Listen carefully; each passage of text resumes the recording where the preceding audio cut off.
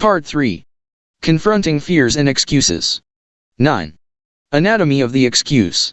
A gentleman who runs leadership seminars recently quoted the good Ralph Waldo Emerson to me on the subject of excuses. Most of the shadows of this life are caused by standing in one's own sunshine. It's an apt reminder, since I see my own passion as helping my students to get out of their own way, and to help you get out of yours. You know by now that I have had thousands of conversations about career over the years. These conversations have had starting points spanning the globe from Hong Kong to Montreal to Los Angeles. Foremost among the many things I've learned is this: a healthy respect for the power of the excuse. Excuses may seem harmless enough on the surface, but they're actually like supervillains with the power to obliterate rational thought. And so this chapter is dedicated to looking at the excuse itself, how it works, why it works, how people rely on excuses, and why it shows that identifying and tearing excuses apart brings liberation. At the end of the chapter, rational thought should have won the day. Excuses in action. It's fascinating, by the way, to take a moment to watch excuses in action. They multiply like weeds. The moment I destroy the logic of a student's prevailing excuse, another pops up in its place. And then another. Then comes the great excuse of having children, an excuse so powerful I devote all of chapter 10 to dismantling it. There are elderly parents in need of care. Or perhaps a challenged child of a relative. Or I'll be missed as a hospital volunteer. Or I'm too old, when the person is but a young, strapping 33. Professor, the trouble is, I really struggle with managing my time, reported a former student who was in the middle of his career. I suggested a number of excellent time management courses and books. Yes, he said, nodding seriously, but you see, I'm really very committed to my family, and I don't want to take time away from them. Indeed. Then his mirror image came into my office a few days later. This fellow began the conversation by telling me his familial priorities were holding him back. When we discussed how this need not be the case, he said, yes, but you see, I really struggle with managing my time. This would be funny, it really would, if it were not so serious. And then there is the very accomplished evader, let's call him Evan, as in Evan the Evader. Once the family excuse is done away with, Evan the evader barely blinks before he has rebuilt and multiplied his defenses. Changing careers would mean moving, he explains. I'd have to rebuild a new professional network. I'd definitely need to learn to be pushier. 1. Excuses now 3. It's a really deadly phenomenon. Before you write me off as an out-of-touch critic, let me be clear, I get it. In the case of our accomplished evader, it is absolutely true that moving to another city can be an immense challenge. It can be expensive, disrupt relationships, or involve giving up urban conveniences or a beloved lifestyle, perhaps all of the above. In which case, these are reasons not to move, not excuses. So what is the difference between an excuse and a reason? If you were sitting before me in class, you might raise your hand eagerly. A reason is factually correct, and excuses are not. If you were expecting 10 points for Gryffindor, I'm sorry to say you'd be denied. The fact is, most people don't make untrue or irrelevant excuses. Children do have time-intensive needs, change does involve risk, life is complicated, too heavy a workload is unhealthy. An excuse has to be factually correct and relevant, or it has no credibility in the eyes of the person making it. This is because we design excuses to help us feel better about ourselves and our actions, or lack thereof, and to avoid blame and responsibility. And so to fool yourself, you must be very, very good. Let us recognize how great the temptation is to use excuses. It's hard to imagine a more human impulse. So, excuses are plausible, and therein lies the problem. Once you have a plausible excuse, the debate ends. That's that, Professor. Thanks for your attempted guidance, but as you can see, I'm stuck. But what if it doesn't end there? Reasons, by contrast, do not have an end point. They invite further thought. Reasons can be revisited if facts change. And the moment they cannot be revisited, reasons start turning into excuses. In short, a reason becomes an excuse as soon as it stops both thought and action. Throughout the rest of this chapter, I will concentrate on some of the common excuses that can easily be dismissed, the ones that take more time, get their own chapters. But I will also look under the hood of the excuse, so to speak, to examine the cultural reasons we've gotten here in the first place. The unknowable future. I wear many hats, but that of fortune teller is not one of them. I do not know your future, just as you don't know your future. I cannot say with certainty that a path will work out for you. I live in a world of evidence and logic, not magic. Even if you generated many career alternatives and evaluated them with carefully considered information, you still couldn't know for sure what the future holds for you.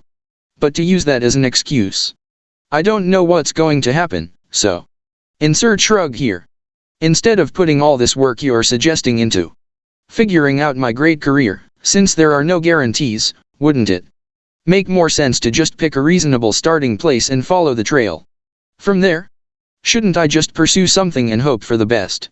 It's funny how frequently we think about young people as restless risk takers. Most that I've encountered want guarantees and certainty, and when they ask me, I can't really ever know, can I? They're asking the question wistfully. Now here's where the question of future deepens in complexity. While I maintain that there are no crystal balls, there is a little thing called probability. Not knowing the future is a matter of degree. For instance, it is far more probable that you will have a great career if you love your work. Your decisions have a higher probability of success if you consider more rather than fewer alternatives. Decisions are more likely to be wise if you are using quality information. There is no certainty, of course, but there is greater probability. But people don't like to think about probability. They like to think about certainty, and without certainty, it's more comfortable for them to wing it than to pursue the murky, muted tone world of probability. That may be more comfortable, but it is highly illogical. And that is the choice ahead of you. Do you trust logic, or luck? The universal excuse, luck. Fortunately, we have a universal excuse around which we can all rally. Luck. Luck is the great leveler. Professor or dock worker, teacher, or shop clerk, accountant, or lawyer, who has not seen bad luck in their own failures and good luck in the successes of others? By perverse contrast, we know our achievements are the result of effort and talent, while those of others are just dumb luck. Our reliance on luck is everywhere. Lotteries thrive. Investors and their advisors treat the stock markets of the world like great casinos, playing secret strategies that rival those at the roulette tables of Vegas. Venture capital firms invest in 10 companies, hoping that one or two will be successful. The successes of Silicon Valley are celebrated, but no one ever talks about its legions of failures. Perhaps by not calculating the odds, it looks more methodical than it is. Job seekers send out hundreds of resumes randomly, hoping that one of them will be a perfect fit. Luck has even invaded our language in idiomatic expression. We continue to wish each other good luck for every possible occasion, from exams to job interviews to investments. We go so far as to wish highly trained Olympic athletes good luck. Perhaps you might conclude that this incessant wishing of good luck is no more than a social convention. But conventions reflect a widespread societal belief. Consider once again the parallel to the world of romance. There are those singles who are ready for a relationship or even marriage, but they spend much of their time hoping for it and envying the luck of their coupled friends. It might just not ever happen for me, they say sadly. When friends suggest they go to an online dating site, they laugh. That's just not how love is done, they say, and then they wax on and on about how romances used to happen. They go about their lives going to work, going home waiting for lightning or luck to strike. How utterly disempowering. Compare this portrait, let's call her Debbie the hopeful with Debbie the active. Debbie the active wants great love and she knows it. She also knows she mustn't wait for it to come to her. She accepts that's not the way romance works anymore, if it ever did. So she puts herself in as many situations as possible that increase her probability of meeting someone she likes. If she is turned off by motorcycles but loves the outdoors, she is likely to join a hiking group rather than spend her time in dive bars. The point is, she's thoughtful about it, and she's proactive about it. It's Debbie the active, who is likely to pursue a job she loves, by the way. She's aware of the times she lives in. She doesn't just hope for a great job to come to her, she recognizes that it's up to her to find it. And the odds of her having a life that makes her happy are much, much greater than are the odds of her cohort. Debbie the hopeful, however, is basically just relying on luck. Hope is, of course, merely luck's more respectable brother. So we hope about every manner of subject. We hope the job works out, we hope our kids turn out right, we hope our house rises in value, we hope we do not outlive our income. There is lots of hoping, but not so much thinking. Perhaps you think this is placing too much significance on a word or two. But compare these two sentences: I hope this works out, or I think this should work. Listen the next time you hear either. The emotional cadence will be different. I hope this works out is speculative. I think this should work is confident. As is probably clear by now, I fully dismiss the concept of luck. I find it insulting to call someone lucky because she has a job she loves, or a strong marriage, or a winning edge is to say that she somehow didn't earn it. Only the unprepared need luck. And so as my students graduate, I never, ever wish them good luck. I wish them success instead. And you know what? They may roll their eyes at me, but they know it's liberating to have the control in their hands and not to rely on fate. The tyranny of time. Of all the excuses I hear, the constraint of time is closest to a true reason. When I am told that someone doesn't have the time to consider alternatives or gather information, it is often true that, at that moment, they don't actually have the time. Of course, they had time in the past, or they will find it in the longer term. This makes the time constraint an immediate reason, and an earlier and future excuse. And by the way, we all struggle for time. All the time. And then there's time as considered through an hourglass. It's too late for me, shrugs the young man in his early 30s. He's a businessman who hates his job, he explains, and would much rather be writing screenplays or scripts for television. To get a foothold in that field, he would have had to start as an unpaid intern, something that sounds okay at 22, but not at 33, with a wife who is eager to buy a house and start a family. Okay, that's one way to look at the fact that he's 33. But let's see. He's been in the workforce for barely 10 years. He will be in the workforce for another 40 years. Perhaps he can't financially commit to working for free, but that doesn't mean he needs to give up and spend more years than he has so far been alive being miserable for the majority of the hours of his day. It just means he needs to follow his passion more creatively, instead of becoming a screenwriter who follows the path others have taken. Perhaps he should try in an original way that still meets his family's situation. Too late? Please. If you want to talk age, let's talk age. I'll win that argument every time, except, perhaps, with an octogenarian. Consider Harlan Sanders. In 1955, he was 65 years old and the proprietor of a successful restaurant in Corbin, Kentucky. Then an interstate highway came along that diverted traffic and his customers away. Just like that, he lost his livelihood. But he still had one killer secret recipe for fried chicken, and he went practically door to door peddling it. And so began Kentucky Fried Chicken. Colonel Sanders enjoyed nearly 30 years of success as the originator of Kentucky Fried Chicken before he died. So, I'm sorry to dismiss the 33-year-old who says that it's too late or that he's stuck, and yet I must. Or consider Billy Letts. She was in her late 50s and had been raising her family and teaching college English for decades when her first book, Where the Heart Is, was published. She lived another 20 years as a successful novelist before dying of leukemia in her 70s. I could go on for pages listing others who have changed course and found great success later in life, but sometimes the most effective inspiration comes from those who are older and not afraid to call an excuse out for what it is.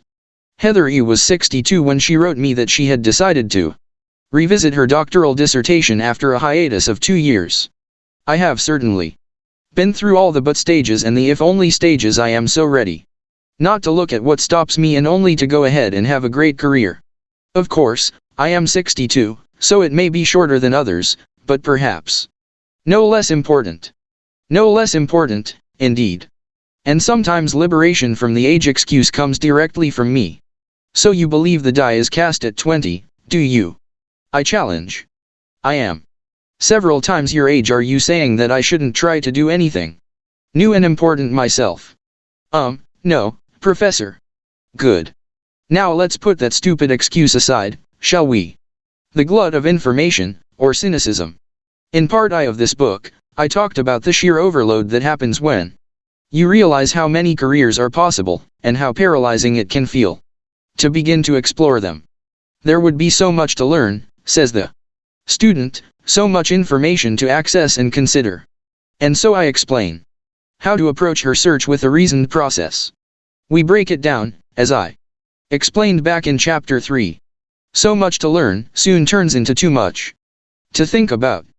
But Professor, they say when I call them on their unwillingness to think about one of the most important decisions in their lives, it's impossible to separate good information from bad. The world is filled with lies, rumors, self-interested advocacy, and corrupt intent. Their interpretation of the world is all too true. But their unwillingness to try to separate the good from the bad is nothing but an unfinished argument, an excuse. It's the same as saying, I don't want to be misled by false information, so I'm just going to avoid information altogether. So you're saying it's better to be ignorant than to be mistaken? That's ludicrous. But this line of thinking happens all the time. Disadvantaged at the starting gate. Excuses are incomplete arguments, and perhaps this is most noticeable when it comes to those who look like they've had the decks stacked against them from birth. For instance, having a dysfunctional family is a reason you might be insecure or shy. That explains the characteristic, but it doesn't explain why you choose not to overcome it. What if the dysfunction was so severe that you can't get past it? Isn't that possible? Yes, it's possible. Some people will try genuinely and persistently to overcome their shyness, to no avail. But because of their effort, they'll have earned the right to say they have a reason and not an excuse. Moreover, some of those who try will surprise themselves by succeeding. Consider Lucy, whose parents were immigrants from Southeast Asia. Lucy was clearly more mature, thoughtful, focused, and disciplined than her peers.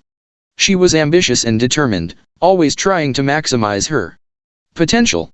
And after much effort, she was ready to achieve her career goal at a government think tank. But in the final push to get that excellent job in her grasp, she faltered. Her networking was tentative and cast her in a less than favorable light when she met with people already working in the field. Her questions were framed as apologies, not as the probing queries they were. It must have looked to them like she was networking because she had little talent, rather than that she was networking to find the best fit for her very considerable talent. She was in fact a poor advocate for herself. Our discussion focused on this unwarranted reticence. Fortunately, with a little coaching, she articulated her problem. She was a child of her culture, a culture that cast women in a secondary role. By identifying the obstacle, she began to feel she could overcome it.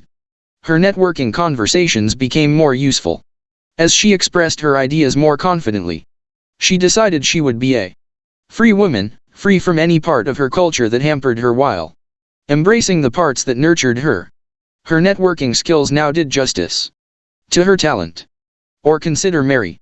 The deck certainly seemed stacked against Mary.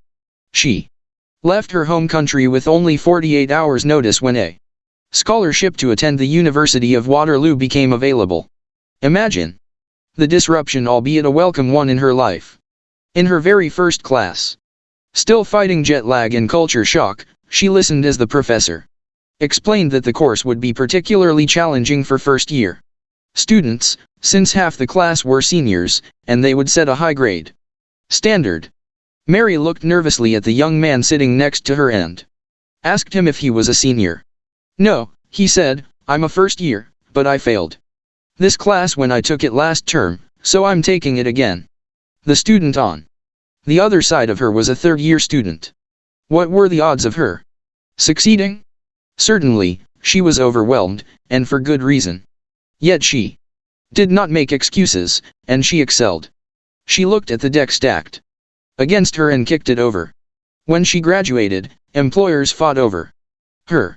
The bottom line is that there are many among us facing enormous obstacles, though the two examples I've offered have been cultural. The obstacles I often hear about are of a much darker nature. There are men and women who have been physically and sexually abused. There are children whose parents waged psychological warfare against them, taking every opportunity to eviscerate their self-confidence. There are the children of pathological parents who pampered them into such a state of dependency that they are incapable of independent thought. There are children whose teachers destroyed their love of learning. And the list goes on, with horrors endured or seen that most of us cannot imagine. A significant number of my students suffered some of the above disadvantages. These circumstances came to my attention because they chose to share a small slice of their lives with me. And not once in more than 30 years did any of these conversations end in a request for special accommodation or an easy pass. To their credit, I heard no excuses. They got help when they asked for it, and sometimes when they did not. But help was available for all students, not just those who had shared confidences. So why did they tell a stranger anything about their lives? Except to make him feel sorry for them. Perhaps they just wanted a stranger to know how hard they were trying, that it was harder for them than for others. It was who they were, it was their identity under construction. And they were proud. Of the students who I knew were in these situations, almost all succeeded. No, it was not all. For some the barriers were too high to overcome, for others they were even too high to try. There were reasons. Or, at least for the moment there were. I have seen too many people recover from truly desperate situations to believe that anyone is ever completely trapped with zero chance for escape. The chance might be slight and never realized, but a flicker of possibility remains. However, by any realistic criteria, only a very small portion of the people reading these words are so disadvantaged that they've been stripped of the ability to try to help themselves. The vast majority of us can try, and those who do not try use excuses to avoid the attempt. A low bar. Now we are getting into the deeper-rooted excuses, the excuses that may not be recognized as excuses because they seem so much like a part of who we are as a society. We don't expect to work at a job we love, and so we don't seek it. Rather, most people expect to work to make a living, preferring a decent, stable income and good working conditions. That is where the bar is. And if it's good enough for most, it should be good enough for you. This is the standard and conventional form of thinking. Know it. Be aware of it. And fight it tooth and nail, because it's all utter crap. And as I argued in Chapter 2, it simply isn't the way of the future. You can't accept the low bar because your work in the marketplace won't accept it of you. 30 years ago, when I was a less experienced teacher, I spoke to my classroom about the need to love their work. Just recognize, I said, how many times your parents come home and want to tell you about what a great day they had at work. Much to my surprise, the class burst into laughter. They thought I was making a joke, when I was being entirely serious. Either their parents told unflattering stories about work or they didn't talk about it at all, which probably meant they didn't love it. Needless to say, it was a very bad day for me, for it showed me just how low the bar is. Another example of our poor expectations: people presume to love their work when, in reality, they do not. They love the social aspects, perhaps. Or the money. That is not the same as being passionate about the work itself. Looking forward to office birthday parties is not the satisfaction of accomplishment or the expression of talent. Looking forward to what you will buy with your hefty paycheck is about the payoff of work, not its substance. Or there are those who seem to love their work because they fear retirement. That doesn't mean they love their work, it means they love the structure it offers them. I once spoke with an elderly person who told me that she enjoyed playing cards because it passes the time. Passes the time before what? Death? Kill me now, I'd say. I don't ever want to look for a way to pass the time, and I don't think anyone should. I want to enjoy playing cards because I want to demolish the person I'm playing against. Why should I look just to pass the time? Let's do away with passing the time and live fully instead. Our culture of excuses. It is bad enough that our human nature tempts us into excuses, but we now live in a society where excuses are close to the norm. The evasion of all responsibility is commonplace. Politicians read the polls to discover what policy to support.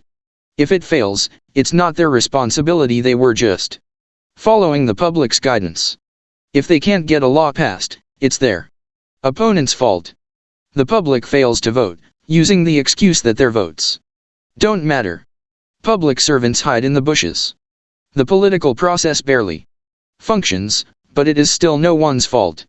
No matter what happens, somebody else is always to blame, or there is no one to blame. Executives take bonuses while their companies crash. But who can blame them? Because the market turned against them, or a new technology appeared out of nowhere. But whose job was it to foresee changes in the marketplace or in technology? And who gets fired, besides low-level employees? Parents worry that their children are losing their way, but it is hard to talk to them, or they have bad friends, or they text too much. Are those reasons, or are they excuses to avoid difficult issues? We live in the age of victimization. We are all victims now. There are so many victims, in fact, it's hard to find the oppressors. And so this gluttony of excuses is not surprising. In today's stressful and highly challenging world, success in every aspect of life is hard won. The competitive pressures of the global economy add uncertainty to our employment and sense of security. Investment returns are not assured. Technology can make an entire industry obsolete in the span of a few years. The pace of social change is so rapid as to be destabilizing. It is easy to see defeat at every turn. Thus, it is equally easy to see the lure of the excuse. If many of us see success as uncertain, whether as an employee, spouse, or parent, then a culture of excuses is logically appealing. It is like a magical get-out-of-jail-free card. If you enable others to make excuses, you enable yourself as well. So better not criticize your colleagues too aggressively, and they will surely offer the same accommodation to you. We can all be inadequate together, comfortable that we are all alike. How's that for a lowered bar? So why focus so much effort on trying to identify excuses? Because they destroy lives. Josh, for instance, could never get anything done on time. He did complete important jobs, eventually. Except for his considerable talent. He would have already been fired. He was hanging on to his job by a thread. He was well aware of this issue and admitted, correctly, that his time management skills were terrible. He had read books about how to manage his time more effectively, but their influence rarely lasted out the week. Over the course of a day and an evening, he would start, stop, and restart projects and personal errands. And when the deadlines that he was going to miss approached, he dealt with the stress by playing video games.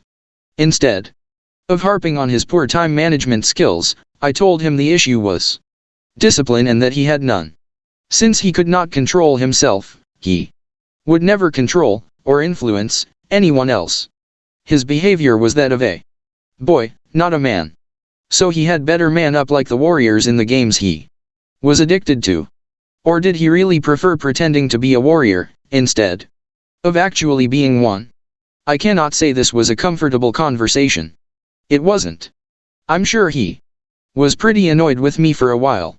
But later, after his performance and career had markedly accelerated, he told me that my comment about the game warriors was his tipping point. Through plain speaking, I had helped him look at himself honestly. And to his credit, he had. It is never my aim to strip anyone's dignity, and this isn't what I was trying to do with Josh. Rather, I see so clearly how excuses imprison people. Josh was imprisoned by the excuses he made for himself, just as Debbie the hopeful was, just as Evan the evader was. When you knock excuses down, one by one, you are liberated. Now obviously, I cannot personally confront everyone reading this book with difficult questions specific to them. But if you are open to it, you can ask those questions of yourself. Or you can ask someone who knows you well and whose opinion you trust to help you see your excuses for what they are. Sometimes the obstacle standing in your way, casting its shadow, is you. No excuses, just you. Now get out of your own way, and get to work. Hard questions, honest answers. 1. What excuses do you routinely rely on? Or do you claim you have never used an excuse? 2. What role, if any, does the notion of luck play in your thinking about career? 3. What personal characteristics most stand? 10. How great careers and loving families go hand in hand. I love my family, Carly said firmly. I wasn't sure what she expected my reaction to be. Did she think I would be shocked? Did she think I'd try to talk her out of loving her family? What do you think I'm tempted to say? I asked. Carly's voice became soft. I think you're going to tell me to choose. She was right that she had a choice to make. But it wasn't between her work and her family. I want to be a good spouse, I want to be a good parent, or even I want to be a good friend are far and away the most common objections I hear when I'm pushing people toward pursuing a great career. And I'm not just talking about the 30-somethings and older. Students who are 19, 20, 21 are already thinking over these matters. They're imagining what they want their lives to look like, and they're already worried about how to manage it all, even if they're not yet dating someone special. It's wonderful that we value and prioritize warm human relationships. We should. But why are we so protective and defensive about that? Why must loving others mean disengaging your brain and your passion for anything else?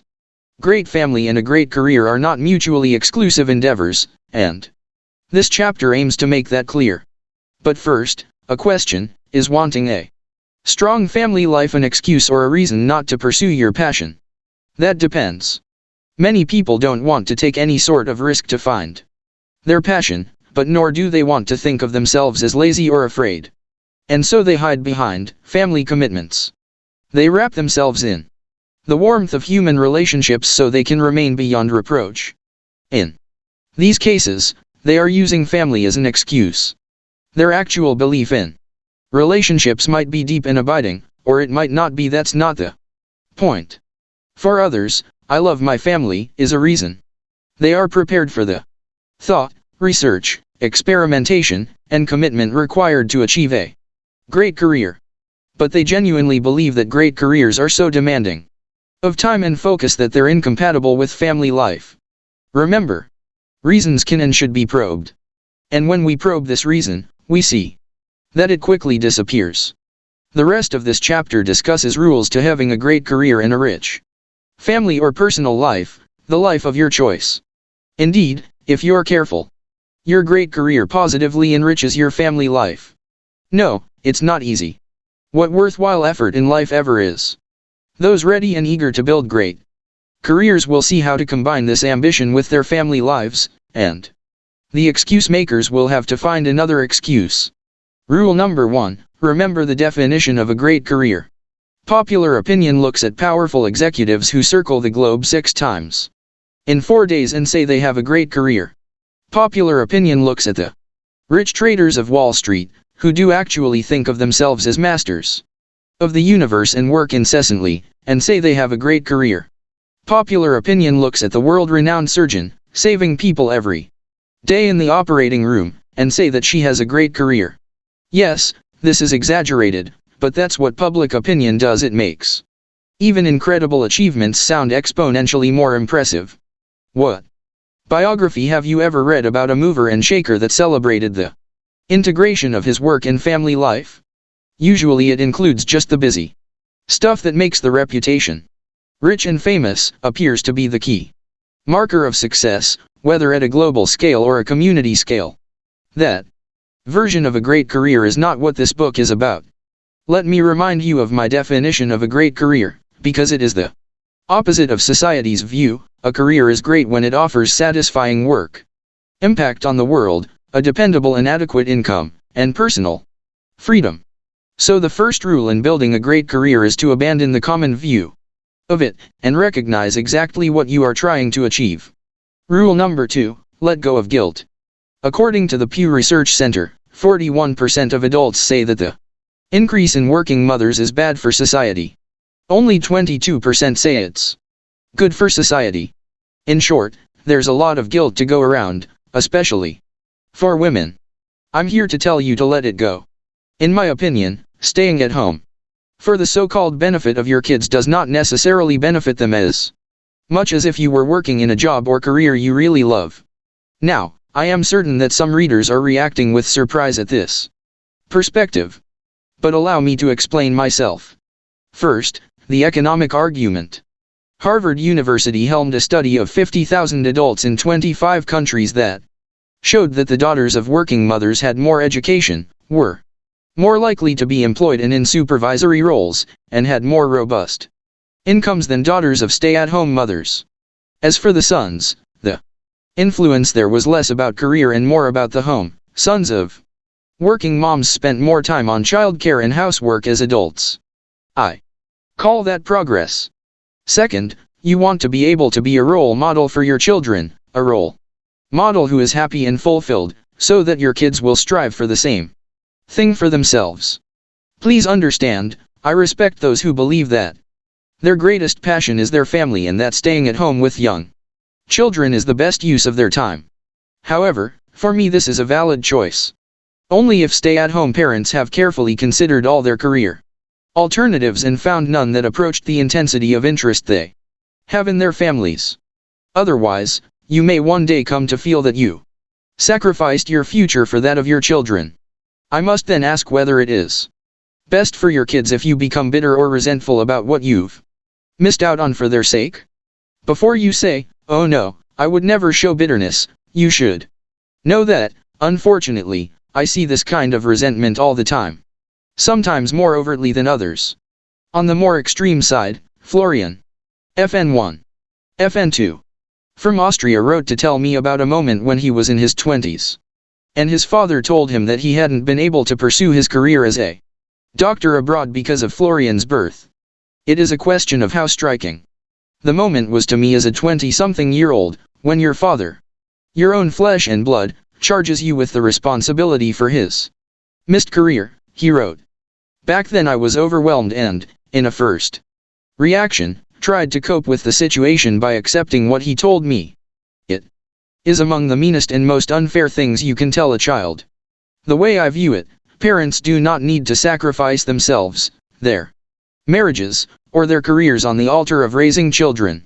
Doing so is counterproductive, in fact, to their children's development. By focusing only on your role as a parent, you have given up being a role model for your kid's career life. The best thing to do is to lead by example, so that you are never in the situation where your child comes to talk to you about his dream job and you think, "I had a dream once too, kid, but then you were born." Rule number 3, use your edge to gain control. Let's say you love your work, but your employer objects to your taking time away from the workplace. When you are at your workplace longer than you want to be, that is not a great career. Notice we're talking about the workplace, not the work. The work itself might still be a pleasure. This is a problem I see constantly. Remember Betty, from chapter 4, who loved her job but felt her workload was getting out of control to the detriment of her personal life? Do what she did, become so valuable to your employer that they accept your desire to be home more. It may not be their preferred alternative, but they agree to it nonetheless. Married couple Ellen and Brandon both came from close-knit families that they wished to duplicate. They wanted children, and they wanted to be hands-on parents. And therein lay the problem. They had separate career paths, and both had found work they knew they loved. But both of their chosen industries typically required long hours. For them, the hours were a deal breaker. Both wanted ample time to be involved parents. They had rejected any choice that delegated parental responsibility to one parent alone, or to a caregiver. So what to do? They were both prepared to walk away from their chosen careers if it meant no rich family life. This meant they faced only one choice. If they were not to change careers, they would have to be exceptional employees whose employers would be so afraid of losing them that they would not ask them to work long hours. They would have to be stars. But while Ellen and Brandon were smart, they would never claim to be geniuses. So how could they be stars? Their industry norms required using brute effort to get results, but they weren't willing to do this. Instead, they conducted old-fashioned research, and each found an idea that was disruptively useful to their respective employers. Brandon found a new and expanding market for his employer. Ellen championed a new technology that dramatically lowered costs. While this path wasn't easy, it was far from impossible. Most companies, and in particular the ones Ellen and Brandon were in, rarely did such research, even as a corporate priority, and it was the last thing most of the employees would do on their own initiative. In other words, they found an edge.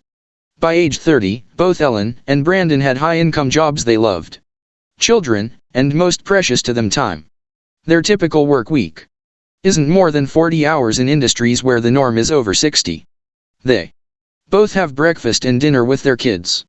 Claudio, who wrote to me from Italy, was one who felt this type of life was out of reach for him.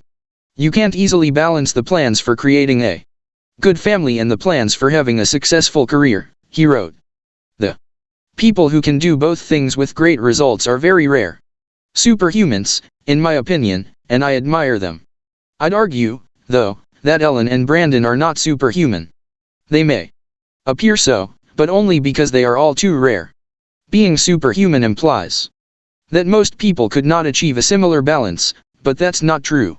Ellen and Brandon have traits that are accessible to everyone. They are creative, resourceful, strategic, and disciplined. Anyone who loves her or his work can earn this degree of freedom. Now that doesn't mean that every situation will work out as Ellen and Brandon's did. There are bumps to navigate and decisions to make. Stacy offers a good example of how sometimes, even when you are able to have it all, you still must make difficult choices. She had worked long hours for many years as an assistant professor in a research institution and was recently tenured. The year following gaining tenure, she was granted a one-year sabbatical, which she intended to use to do research part-time, but also to care for her two very young children. At the beginning of this sabbatical year, she was contacted by an official at a high level of government, asking her to join their team. It was a wonderful opportunity, a chance to have a fingerprint on policy that was important to her, and working for an administration she admired. But it would also mean committing to more hours than she wanted to work, and more hours than were reasonable for her to work given the needs of her young family. Her husband was a trial lawyer at a firm with substantial billable hours requirements, and he was up for partner that year. Their extended family was across the country. If she were to make the job offer work, she would have to hire someone to care for her children beyond normal work hours, something she didn't want, or she would have to convince her prospective employer to allow her to work part-time or reduced hours. Stacy was a star, and surely desirable to the administration. But it became clear that the intensity of their needs would simply not match a part-time schedule. So Stacy passed. The decision was agonizing at the time, but it is one that she does not regret. She still has a job she's passionate about, but it's on her terms. Better yet, the administration still calls upon her as a consultant, and her ongoing communication with policymakers makes it very likely that she will be asked to serve again, when her children are older. Next time, she may just take it. A poster hangs in my office that says, "Nature does not follow a single pathway, neither should man." Part of having a great career means that you can say no to a task, to a promotion, to a relocation. A great career means that there's not just one path available to you. Rule number 4, look for the win-win, not for the compromise.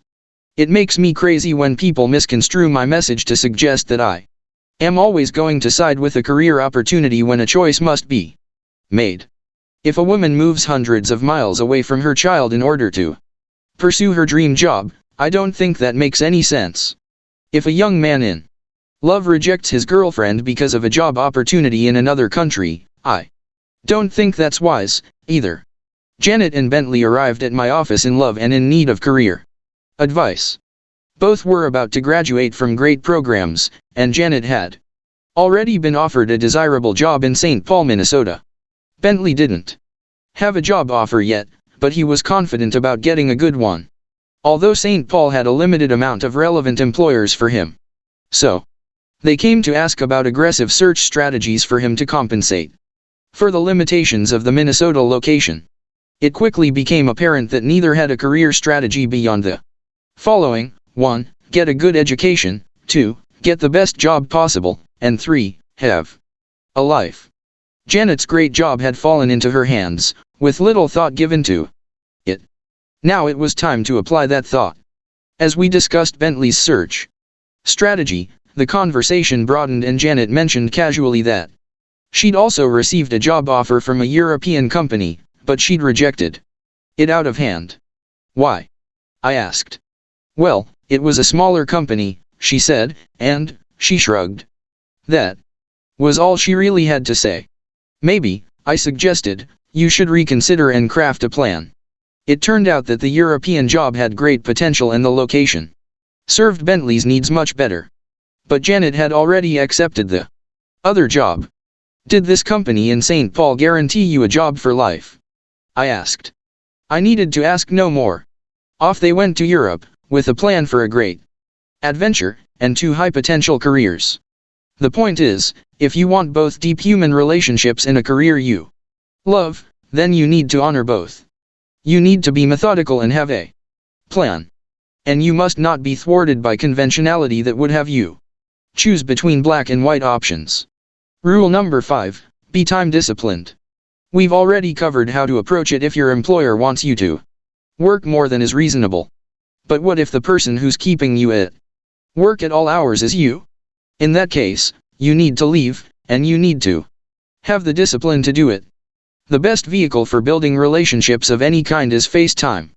While modern communications can aid relationships, they are much less efficient than nose-to-nose conversation.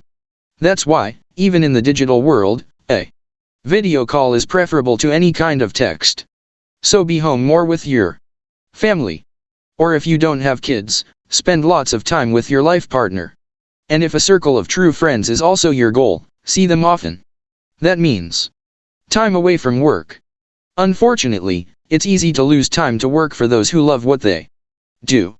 I was once told by a seriously thoughtful person that he had chosen to avoid the work he knew was his passion. It would take over my life, he said. To avoid that risk, he had retreated to a colorless zone of mediocrity. He had in effect avoided having his life taken over by giving up his life altogether. He is the person afraid to mount a horse lest he be thrown off. And therefore he never knows what adventures he might have ridden off to. Take no risk so you can guarantee you will do nothing. There are certainly jobs and passions that could take over your life. Entrepreneurship, for instance. Starting a company can be an exercise filled with passion, and it can also be all-consuming. But I reject the notion that it has to be all-consuming. In fact, if it's all-consuming, you run the risk of burning out before you achieve any results at all. The antidote to this madness is discipline. Discipline is something I constantly work on. Economics fascinates me even more than ever, and I want to play out every teaching moment to its fullest. I could concentrate on my work literally all day, to the exclusion of all else. But I do not, mostly. I enjoy my family and personal time as much as the satisfaction I get from my work. The problem I have, as do many others who love their work, is its seductive momentum. When your mind is in the zone and you feel an exhilarating sense of progress, you do not want to stop. But here you demand discipline of yourself. You remind yourself that you are the master of your passion is not the Master of you. You are not its puppet. If you have never felt passion, this will make no sense. So you'll have to trust me that this is a challenge, one that you may experience for yourself one day. As a result, the passionate people of the world must rein in their passion so it does not consume the rest of their lives. So I make sure I take Larry time and family time. How? I just schedule it. And barring exceptional circumstances, I stick to my schedule. I want my family and friends to be able to count on me. But I sense you are making a mistake. You're assuming that I move from work time to family/friend time. As if it were a zero-sum game, less work time equals more family time. But actually I'm moving among three choices. 1 exclusive work time, wherein I'm in my zone, writing, teaching, or meeting with students. 2 integrated work/family time, wherein my family is talking over a work dilemma with me or accompanying me to another economist's lecture. And 3 exclusive personal/family time, wherein my family and I might be on a hike or having dinner together, not discussing much of anything, but simply enjoying one another's company. My goal is to make the integrated time grow in relative terms. In effect, I'm just using my finite time more efficiently, getting more work done, and strengthening relationships. It's like getting bonus time, and I can never get enough bonus time. And I'm not alone, since many others achieve the same degree of integration. In the next and final rule, I will talk about the components necessary to creating an integrated work-family life. Even if you work in a hospital, or somewhere else you cannot bring outsiders, you can still involve them in your work.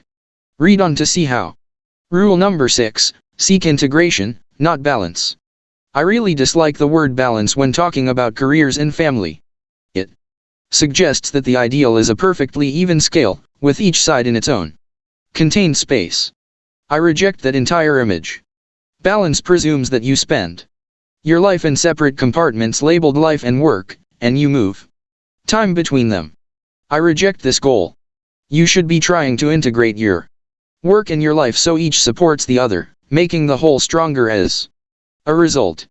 I know that some people say this is impossible, utterly unrealistic. To say otherwise is to admit their own failure to do so. So how do you integrate? There are 2 guidelines: talk about your work, and whenever possible, work together. Let's take these one at a time.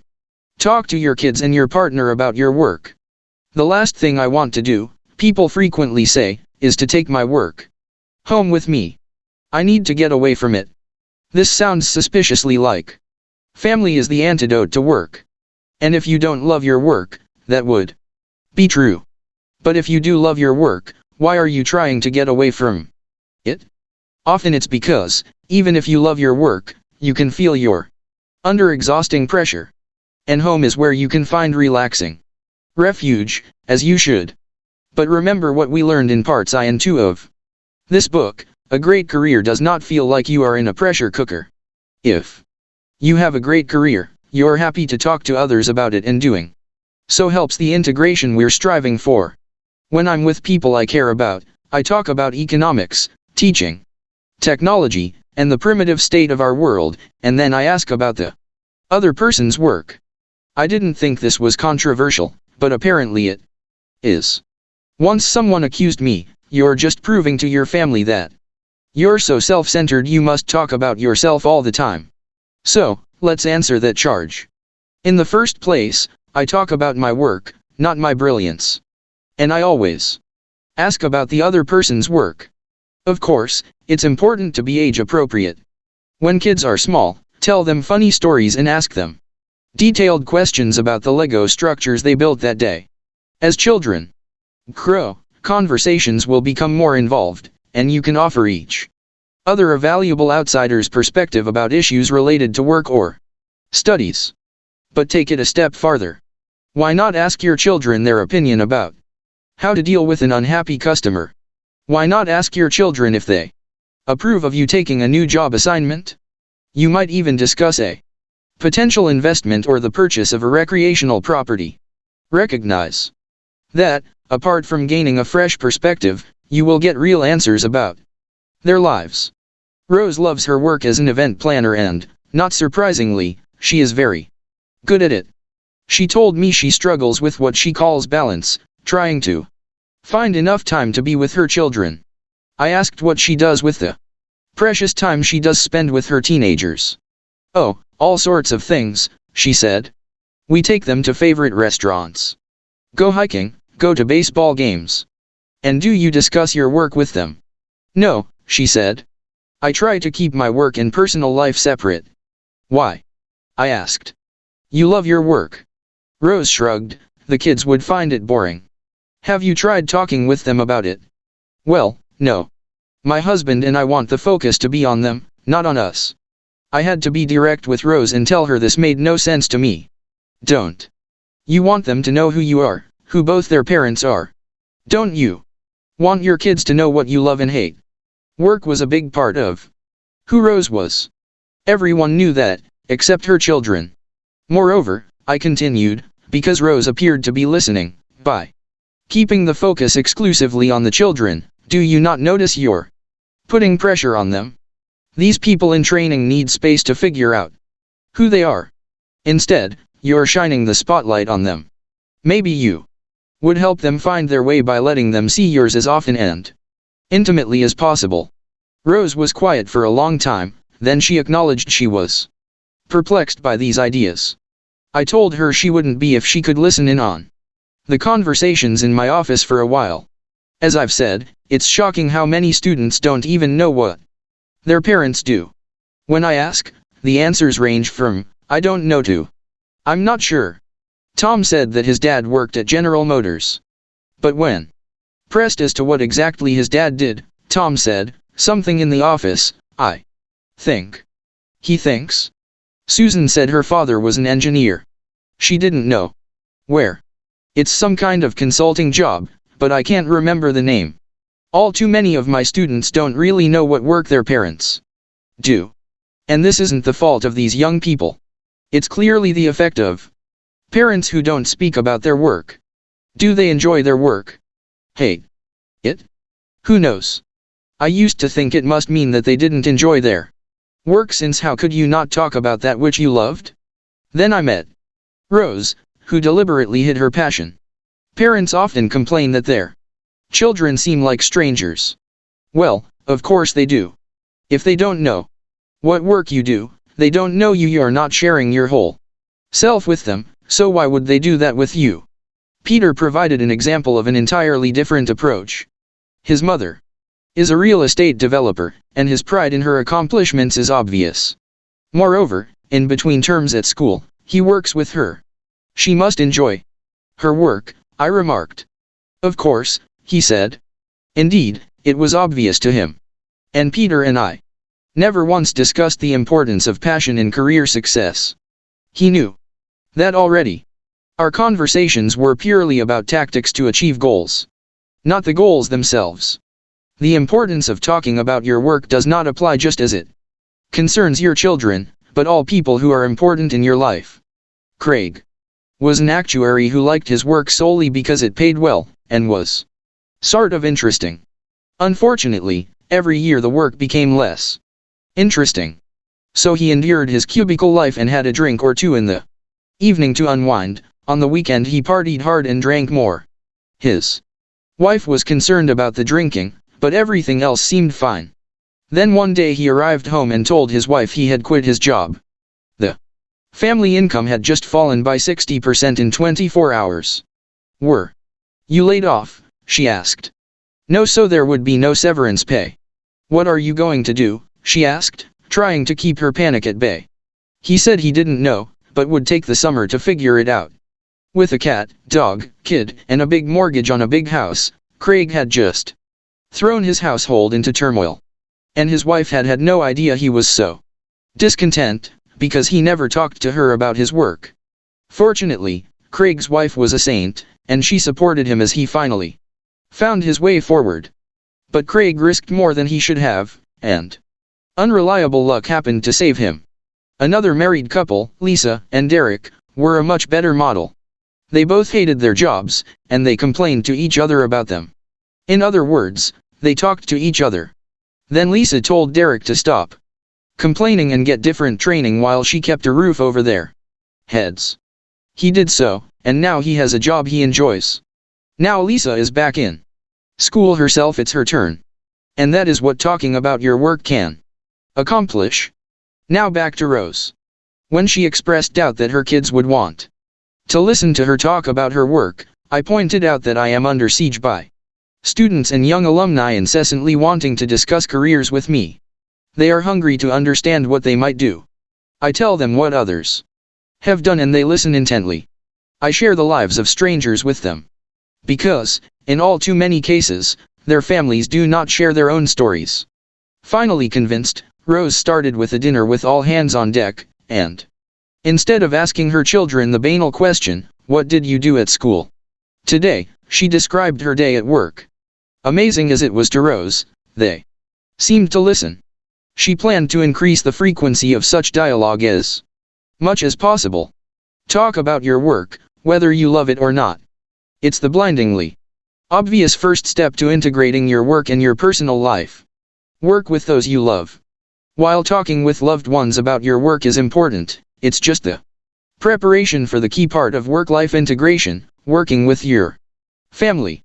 You can talk as much as you want, but you build human solidarity on tasks accomplished, not words spoken. And so it always was, until recently. Grandparents, children, and grandchildren planted and harvested the crops, family and neighbors built the barns, the merchant's family lived over the store that they all worked in, father and brothers worked in dad's sawmill. Then, in time, everyone ran off to the city. What kinds of tasks does the modern family work on? Every kind. The scriptwriter's children contribute trendy words and contemporary images. Dorothy and her daughter design store layouts. Taylor hunts for data for his father's reports. Martin introduces his wife to the company that will become her employer's key supplier. Anthea brings her mother's database into the 21st century. Gavin helps his friend find a new innovation. Jill helps her husband balance his accounts, while he helps her sell her employer's products. Leo helps his sister find financing for her business. Charles critiques his mother's business cases. Nellie rehearses her presentation in front of her children. Jim helps his son prep for college exams. Cynthia shows her son how to work a room. Sometimes money changes hands. Sometimes it doesn't. One project tends to follow another. Child helps parent, brother helps sister, friend helps friend, and spouse helps spouse. How is this anything but good? Arthur was a retired teacher who loved investing. He liked the money, but he loved the challenge of outsmarting other investors. A taciturn man, his relationship with his adult children was coolly loving and respectful. The children visited often, but mainly to see their mom. But the grandchildren changed everything. Out of the blue, Arthur asked his 10 and 12-year-old grandsons if they wanted to learn how to invest. They both said yes. Possibly because the alternative was another boring afternoon. They were hooked that first day and never looked back. Thereafter, instead of being dragged to their grandparents, they insisted on going. Barely in the house, they thundered off to their grandfather's den to spend hours in animated conversation. When the old gentleman passed on, the grandchildren, by then in their 20s, stood stony-faced with grief. They were not remembering a cuddly figure who tossed balls to them and took them to Disney World. They were mourning their partner, mentor, and teacher, the sage who prepared them for life's journey. They had lost part of themselves and carried part of him forward. Another example of the power of work to bind a family together comes in the form of yet another funeral.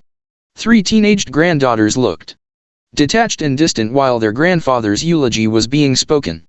But when the grandfather's many workplace skills were noted, tears streamed down the faces of all 3. They were remembering the things they had built together, from dollhouses to summer houses. The family builder was gone, and they knew him by what he'd built. Perhaps you think it's depressing to comment on 2 funerals in a book about great careers. I can think of nothing more fitting. Remember, a great career means at the end of it and at the end of your life, you leave your Mark behind. You leave your work behind to speak for you. Do you want to know intimately the people you love, or might come to love? Talking and partying with them will get you only so far, and many people indeed get no farther than this. But when you work together with someone, you really learn who they are, what they like, what they do not, what they are good at or not, what is true and what is false. That's how people who love their work have great careers, great families, and great personal relationships. Their work and their life merge, each both a cause and an effect, reinforcing a bond that endures. Hard questions, honest answers. 1. Are you using the desire for a close family life as a reason or as an excuse not to pursue a great career? 2. Are you disciplined about how you spend your time? How could you be more so? 3. Do you talk to your 11. The bottom line of great careers. Sydney, a bright and charismatic student of mine, was specializing in human resources management. A scholarship student, she excelled in her studies and was in love with everything about HR. She spoke to me often about how much the challenge of nurturing, deploying, and rewarding talent fascinated her. I could easily imagine her as a powerful contributor to her organization. Then she asked a question one day that utterly perplexed me. I'm interviewing for a job as a quantitative analyst, she said. Do you have thoughts about how I can use my studies to my best advantage? I asked her if she'd lost her passion for HR and suddenly developed a passion for the financial industry since our last meeting. No, she explained, but I want to consider other options. Since I want people to consider many alternatives, her answer would have been fine except for what she said next. I'm good at math. You noticed, didn't you, what she did not say? She did not say she was intrigued by how an elegant array of equations can predict the future. That's how my quants speak of their passion. She didn't say she wanted to explore her interest to see if it qualified as an alternative passion. Sydney, I'm confused, I said. Can you explain what led to this newfound direction? I'm sure it'd be an interesting job, she said, shrugging. This meant that she was not sure it would be interesting to her, since she had never set her hand to the work.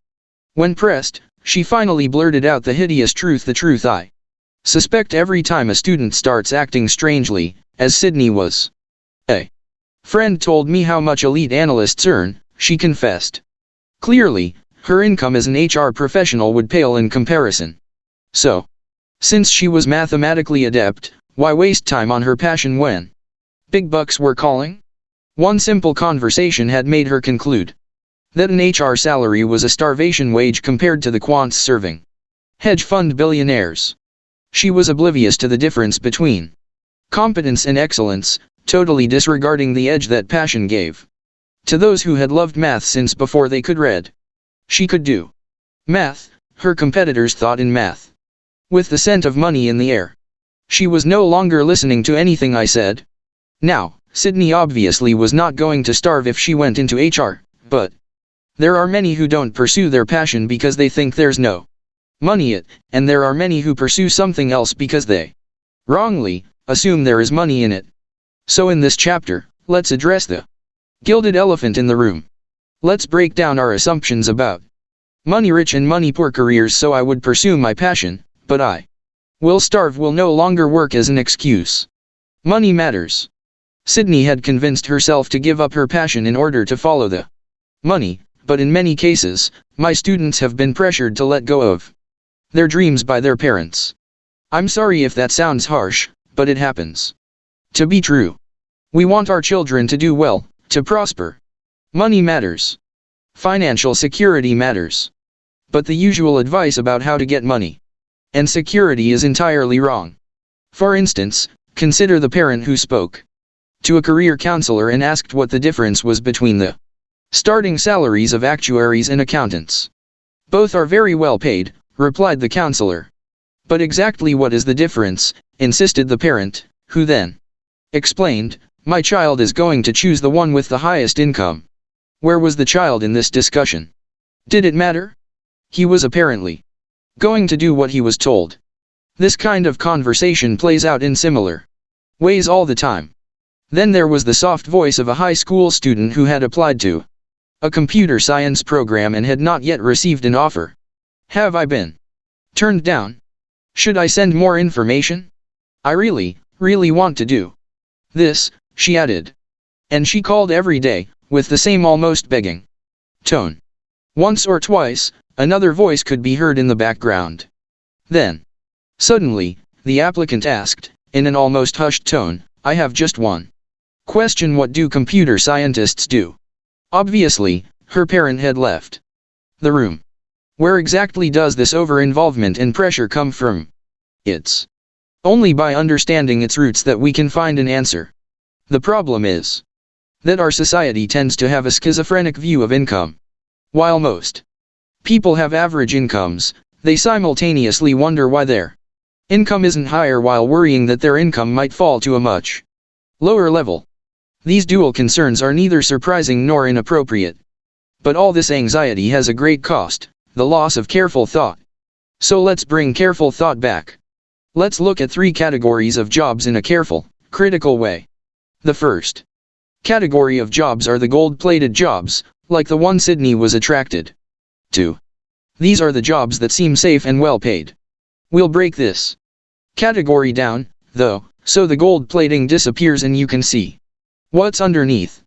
Only by doing so can you effectively challenge the assumption of the seemingly great career that your parents or your peers are steering you toward. With the gold-plated job shown for what it is, you begin to see the risky options for what they are, which is not necessarily so risky. Which brings us to the second category of jobs, the jobs that make parents quiver with fear. These are the jobs like actor, artist, athlete, and astronaut, although they can also include jobs in the upper echelons of anything, as long as it begins with an A, apparently.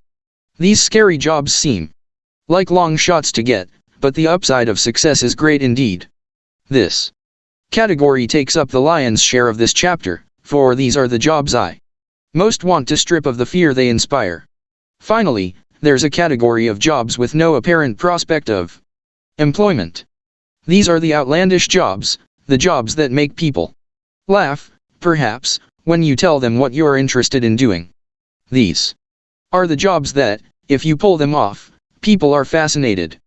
These are the jobs that convince people that anything is possible. Gold-plated jobs, high income/reasonable chance of employment. You might be thinking, if a career has a high income and a reasonable chance of employment, what is the prof's problem with it? Well, first, don't assume I have a problem with it. Fields with relatively high incomes, like finance and technology, often do have a reasonable number of job openings. It's still competitive to get hired, but the number of entrants is limited because the educational requirements are stringent. There might actually be great need in these areas, or a limited pool of new entrants. Because the job is thought of as unattractive, like some of the skilled trades. And some of them come with extremely high pay. I now just heard a collective sigh of relief from a legion of students and their anxious parents. Sorry, but you should have kept holding your breath. I did not say there was a plentiful supply of great careers. Or did you forget that a good income is only one of the criteria of a great career? Indeed, some of the jobs in these high-income fields might be great careers, or they might not be. So what's wrong with many of them? Narrow range plus volatility equals disaster. First off, in the vaulted tech and finance industries, the jobs with strong demand cover a relatively narrow range. Not every engineer faces multiple job offers. Not every job in finance is in demand or even pays particularly well. Don't assume that just because you get your MBA, you will get a consulting job at McKinsey.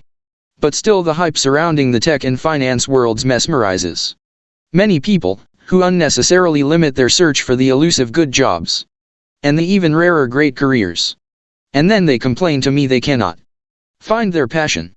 There's so much they don't consider.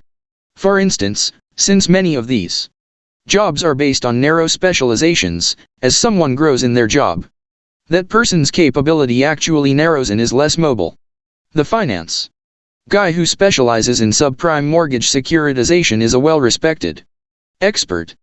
But what happens when that market emphasis is replaced by Something like forward hedging for foreign currency transactions? How is he to use his expertise then? Such a narrow focus might be tolerable if you knew that the narrow specialization would be in demand at your employer and every other similar employer for all your life. But you don't know that. You can't. My student Jackson was sure he had an answer to that problem. A techie who had never met a trend he didn't love, he practiced what he was pleased to call agile employment. First he specialized in enterprise management software, and when that passed its peak, he moved on to e-commerce. When that became routine, he headed for cloud computing. He always earned a salary bonus for a few years, and as soon as his earnings plateaued, he put his hand to the next big thing. He was proud of his modern approach to career. With everyone and everything on the cloud, Jackson then rushed to data mining, where his plan fell apart. He entered the data mining job market with no sustaining specialization, just his well-established record of adaptability. But he then slammed into the graduating classes of mathies who reveled in all the mysteries of data mining. Their new knowledge dwarfed his, and the guy who interviewed him was younger than Jackson. Jackson was suddenly yesterday's man, at just 33. The person who bounced into my office when he was a student now arrived almost somber for our conversation. The underlying challenge in these particular high-profile, trend-setting industries is their high volatility. A twitch in the financial markets can hurl thousands back into the job market in less than a year, as happened in the financial meltdown of 2008. And a new technology can destabilize entire industries in months. So while there are reasonable prospects with respect to hiring and salary in many positions in these industries, the career potential is not great unless you can withstand the disruptions, ideally by instigating them. In short, Jackson's way was doomed to fail. Even in the midst of rapid change, Jackson had forgotten to take it into account. Most of us do not like the consequences of rapid change, but trying to ignore change does not help. Lifestyle of constant work. These gold-plated industries are notorious for their punishing, long hours. The reactions to this brutal regime vary.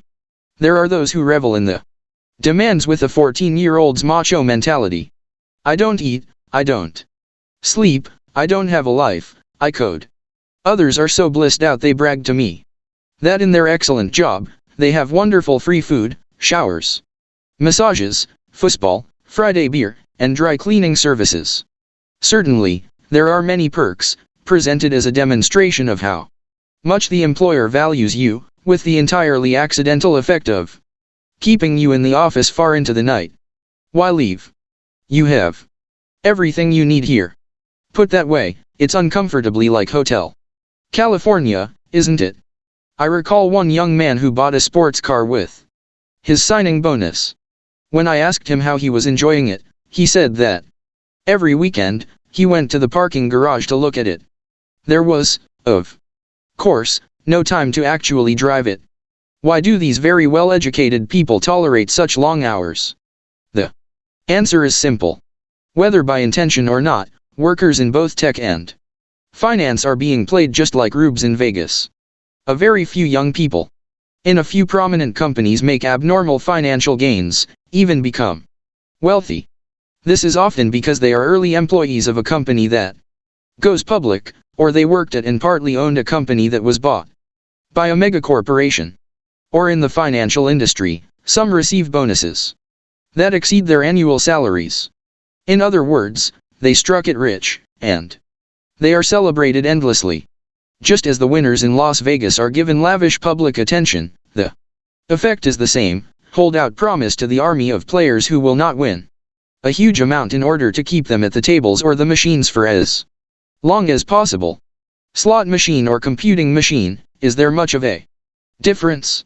Keep turning out the deals and you too will get a massive bonus. Keep coding and your stock options will buy you a private plane. Even though these gold-plated jobs have never applied to more than a relative handful of people, they have created a powerful standard against which everyone, including Sydney, now sets themselves. No matter how abnormal, it becomes the goal to aspire to. And you may be assured that Your friends will be in awe of your financial success, should you get the prize. Forget the long hours, lightning might hit. As every gambler has vowed, if you're not in the game, you can't win. Scary jobs, high income/risky chance of employment. Kelly wanted to be a novelist, and she spent every free moment imagining her characters and plotting her books. But she didn't have a lot of free moments, as writing was not her career. She was an academic advisor at a small college. She often wondered if she should just quit her job, devote herself to writing for a year, and see what happened. Perhaps she would break through and become the next J.K. Rowling. The other alternative was to focus a week or two of vacation each year to her writing, but she figured it would take a decade to make any inroads. She felt that quitting her job was the only way she could make meaningful progress. Kelly is the classic example of, I would pursue my passion, but I will starve. No, you won't, Kelly. If you have a plan. I'll get back to Kelly in a moment, but first let's be economists for a moment and break down this category of job for what it is and why it is that way. The jobs that may offer high income and poor employment prospects do so for one of two reasons. First, the quantity of new entrants in the field is very high, swamping the number of new jobs available. For every final roster of an NFL football team, there are thousands who seriously tried and didn't make the cut. For every novel accepted by a publisher, there are thousands that were rejected. For every headshot singled out by a casting director, thousands were discarded. While some people do succeed, and in a big way, for most of the people in these fields, the average income is low and erratic. The second reason some of these careers are so ostensibly out of reach is that the number of job openings is minuscule, so low that, even with a small pool of incoming applicants, some will inevitably be left unemployed. If you want to be an astrophysicist or marine scientist, you may wait for years before someone retires and leaves a job open. Though these obstacles are very real, neither of them eliminates the scary job as a possibility. In Kelly's case, she has many more choices than she can see. She's afraid that using her vacations for writing won't get her where she really wants to be, but she doesn't have a plan for how to make those breaks move her work effectively and quickly to her goal. For example, Kelly could adopt interim goals, get a short story published in a literary journal, win awards, gain a commission, or find paid writing work, even if she wasn't writing novels. And yes, for a short time she should blend this activity with her job at the college. The goal is to prepare her career as a writer so that, when she's ready, she can quit today's job and move to her passion. I don't agree that it would take a decade part-time instead of a year full-time. A year full-time without a plan is just a wild gamble that might or might not work. Many artists struggle for years full-time without real success. Most of them are just rolling the dice and trusting their fate to luck. The worthy effort. Having a plan does not guarantee success, but it does guarantee a fair effort. From the time Colin was a child, he had wanted to be a professional soccer player and had worked at it aggressively. He worked out, trained, paid for specialized coaching, and achieved amateur ranking. But try as he might, he couldn't get an offer from a professional team. And for his sport, he was starting to get old. Colin felt it would soon be time to put aside this particular passion. Having exhausted all his possible options, he was right. Indeed, Colin's behavior was exemplary, determined, patient, and aggressively exploring alternative pathways. But just because you pursue a considered goal persistently does not mean you will succeed in the end. No, we do not always live happily ever after. So the question is, did Colin do the right thing by pursuing a soccer career so vigorously? What is the actual choice facing those who feel they have a true passion? Too often, it seems like you should either resolutely persist until you exhaust yourself, or give up before you start. Don't give up. You must at least try. Is that what you think I'd say? You'd be wrong. I've met too many people trying to enter crowded fields who are destined to fail, and I'm not just talking about athletes. For those almost sure to fail, I would say, don't waste your time trying. Of course, I would say more than just that. I would say, don't enter a crowded field unless you're prepared. Really prepared to minimize the competitive pressure in that field. If you merely accept that the field is crowded and you decide to do no more than try, you face a high likelihood of being bitterly disappointed. As I've said before, it's everyone's strategy to try, and to work hard. The truth is, you need to do better than that. Colin understood this. He knew he needed to separate himself from the pack, and not just by being vaguely better. He identified the key attributes of successful soccer players and found, not surprisingly, each had a distinctive strength, something they could do that most other players could not.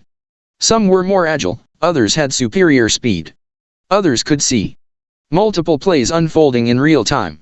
Others seemed always to know what the other player was going to do before the player himself knew. Colin looked for such a distinction in himself, and tried to train for his own special, rarely seen competitive edge. He was right to do so, and I was right to encourage him to try. He was by no means doomed to fail. But as an athlete, the frailties of the human body gave him a narrow time frame in which to succeed. His failure was honorable, because his attempt was well conceived.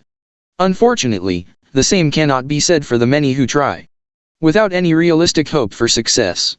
The artist's block. While Colin was doing everything he could to succeed, Carolyn was initially her own worst enemy.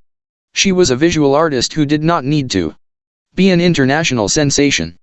But she did want to earn a decent livelihood doing the work she loved. Many of the artists she knew barely survived on their art alone. One sold real estate to pay the rent. Similar situations face many of those in dramatic and artistic endeavors.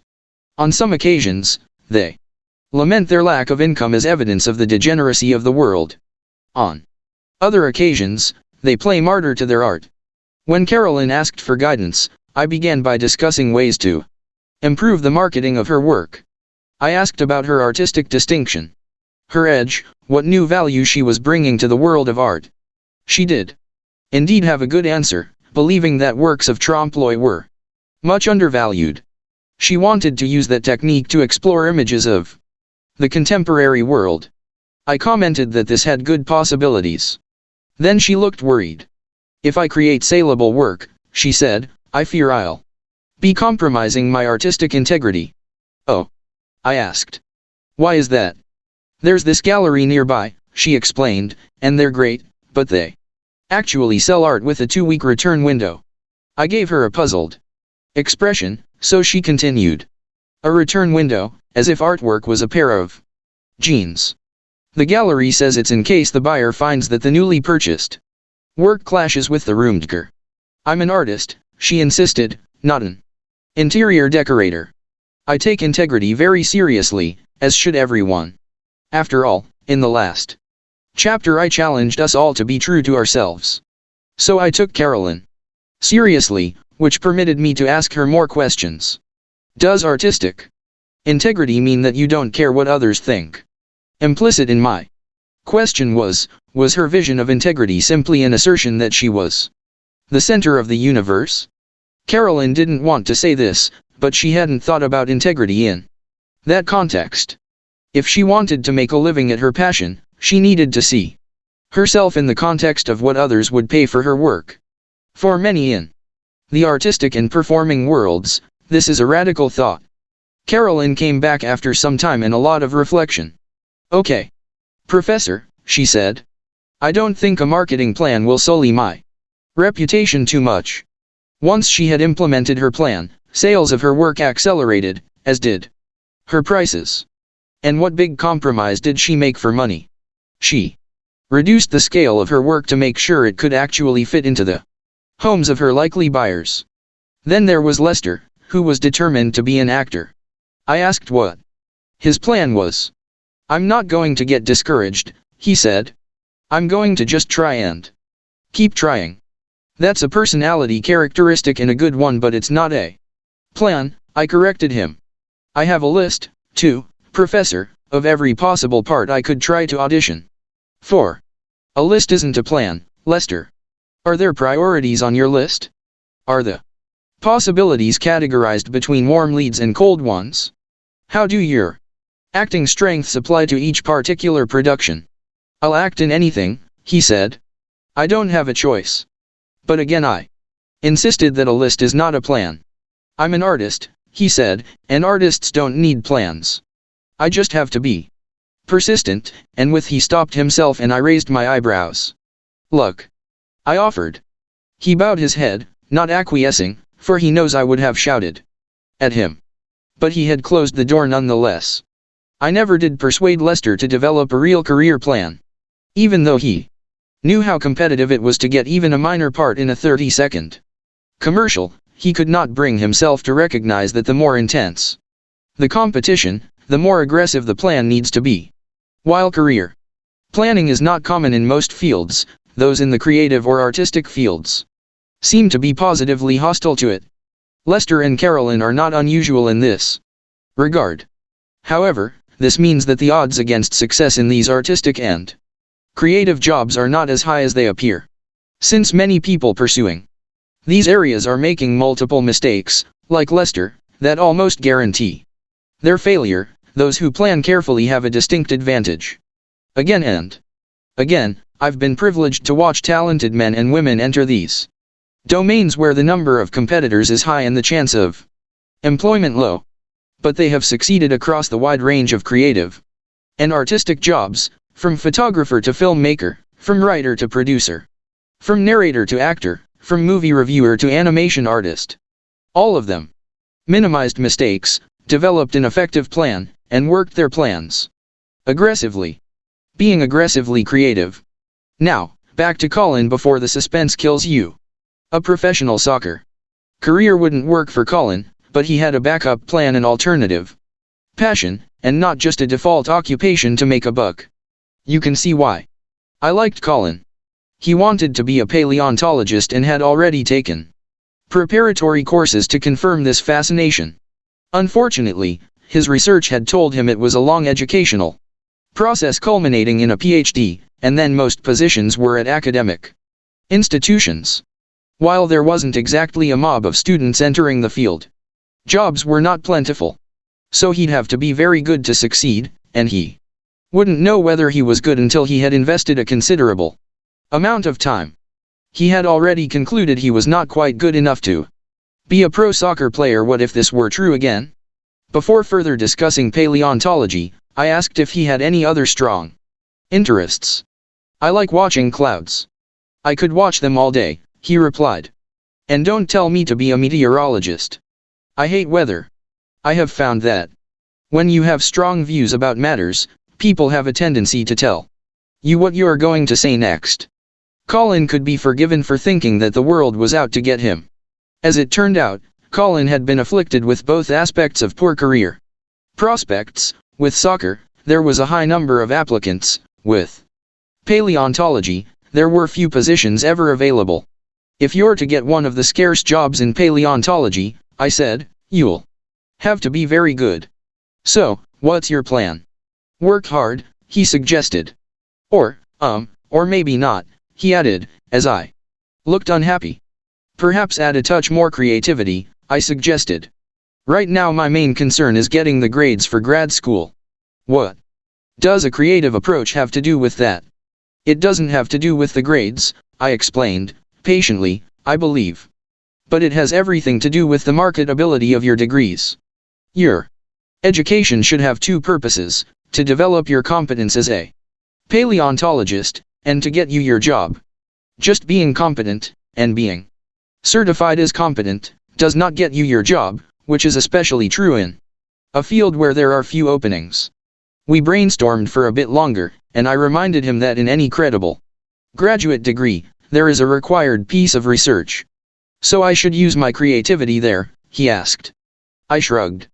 Some graduate research is simply another way for the student to practice their skills, and a significant result is not expected. As a result, students lose a valuable tool to secure competitive advantage. So I should try to solve a research problem creatively? Colin asked. Yes, you could, I noted, but even more importantly, you should be strategically creative. Colin almost glared at me. with the student's typical just tell me the answer look on his face. But I'm a prof, and my job is not to answer questions, it is to make my student smarter. And my reader, too. Since jobs are scarce in your field, I said, wouldn't it be a good idea to find out what the biggest, most important questions are in paleontology, and focus your research on them? Shouldn't you find out what important research problem is being investigated by the museums with the largest paleo exhibits? Since most of your competing student colleagues don't think of doing this, just as you didn't, that is where your advantage lies. But wouldn't this work take longer than just banging out the degree? Yes, but I thought you had a work ethic. Touché, Colin said, and I was relieved to see that he grinned. But if I choose a difficult problem, maybe I won't be able to solve it. Yes, that's a risk. But if you've identified a truly important problem, or a practical chunk of one, in the right schools, this alone recommends you for admission. But, I admitted, this is aggressively creative, creatively find and shape an important problem and then creatively solve enough of it to mark you off from your peers. It's easier than you suppose, since most don't even try. This means the bar of success is lowered and therefore within reach. If I stretch, Colin said. Exactly. Outlandish jobs, with no employment prospects. Colin was entering a field with relatively few jobs, but imagine you have a passion that doesn't even fit a defined occupation. In other words, the world has told you it will not pay for what might be, at best, your hobby. So what do you do? Abandon this passion and find another one? Maybe. But before you do that, you should try to find out if you can persuade the world that you offer enough value to be paid. Of course, if you don't have a well-considered plan for how to make that argument, you had best move on, since the odds of success are remote. Nevertheless, I have watched people turn the most unlikely passions into paying careers. I know of a guy who left doodles everywhere he went. He now designs corporate logos. What about the person who ran a successful business selling parts for obsolete phones? There happens to be a large market of people who restore old phones. Who knew? The people fascinated by the history and elegance of old technology knew, that's who. A former student of mine, Bartosz, is the general manager of the snow school at the world-class ski resort Whistler Blackcomb in Canada. He wrote, I was an engineering student for almost 3 years at Waterloo when I decided to take your Econ 101 class. Long story short, I dropped out of engineering to pursue my passion for skiing, of all things. I still needed a degree, and after trying for 3 terms, they accepted me into the recreation department. Well, the rest I will not bore you with, but I have a great career. Miranda loved knitting and had an eye for design. What do you suppose she did? Do you think she knit little baby booties to sell at the local flea market to urban moms who wouldn't pay more than $4 for them? Someone without a plan might, merely to cover part of the cost of what was no more than a hobby. But if you have a true passion, and you are organized and thoughtful, you might take an entirely different approach. Miranda, in fact, was not a regular at her local flea market. She launched a North American scale endeavor that included speaking, teaching at workshops, and publishing lavishly illustrated knitting books. Who bought the books and attended the workshops? Those who shared her passion. The lesson here is twofold. If you want to make a living at an unusual activity, you need to connect with those who share your passion, whether for knitting, skiing, or old phones. Or you find those who would pay for your service only once every 10 years, like the logo designer. They have no need for a logo artist on their payroll, but they will pay for the service. Find enough of them and you have a business. And that represents the second lesson. Most of these opportunities are created occupations, exercises in entrepreneurship. This is hardly a new idea. If no one hires you, you hire yourself. The passion comes first, and then you package it so the world can use it, keeping in mind that there are lots of kinds of packages. If your passion is not connected to an occupation, you need to consider whether you are ready for the life of an entrepreneur. If you aren't, then you search for another passion. The virtue of flexibility. Let me share two final stories about people pursuing their risky passions. Joe wanted to be an actor, and he had learned to be both disciplined and flexible. He had a detailed plan, but he was also open to taking different kinds of jobs. The result was that he came to see his passion more broadly. It wasn't just acting but the entire entertainment industry with which he was engrossed. So he worked in and loved a variety of roles, from stage manager to producer/developer, to talent manager. And then there's Dakota, an administrator for a large private company, who was attracted to a position as coordinator for a nonprofit that worked with the elderly. But she was reluctant to pursue the job because it paid so much less than her current job, and she wasn't sure she could make ends meet. Her thinking about the problem was the same as so many of the people you've met throughout this chapter, from Kelly, who imagined she had just options A and B, to Carolyn, who was sure she must choose between selling out and selling high art. It's never that simple. There is never just one way, position, situation, or employer. Look resourcefully and creatively for your passion and a decent income. Dakota needed to find a way to use her talents in the service of the elderly that also would allow her a lifestyle she loved, a lobbying job, perhaps, or a position with the government. The point is, there is never just one job. Finally, unless you can get your desire for, and misconceptions about, financial gain under control, you are forever disadvantaged.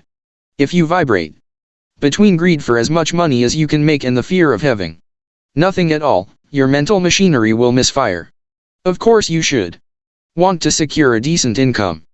But you cannot let the lure of money either distract or blind you. Hard questions, honest answers. 1. What assumptions do you hold about money and career? 2. How are you being strategically creative to make your great career financially viable? 3. Are you 12. When your passion collides with your fears. This chapter is not meant to erase fear from your life. I couldn't do that. Even if I wanted to, it's just unrealistic. Besides, fear is too useful for me to want to do that. Let me state the obvious, we do not want to live in a world of fearless people. Fearless people start wars. Fearless entrepreneurs go bankrupt and waste enormous amounts of time and treasure. Fearless children ride their bikes without a helmet. So I don't want you or me to be fearless. Fear is good. Fear protects us. But we must not let it paralyze us. I believe that fear should always be treated with the greatest respect. Never batted away or dismissed like an inconvenient pest. Everyone has been afraid at one point or another, whether they admit it or not. And often, they've been afraid for good reason. There's much to be afraid of in our world, even if you don't make a habit of watching the 6 o'clock news. There are many legitimate reasons why we might fear for our family, our health, and our economic well-being. There are also phantoms that bedevil us needlessly.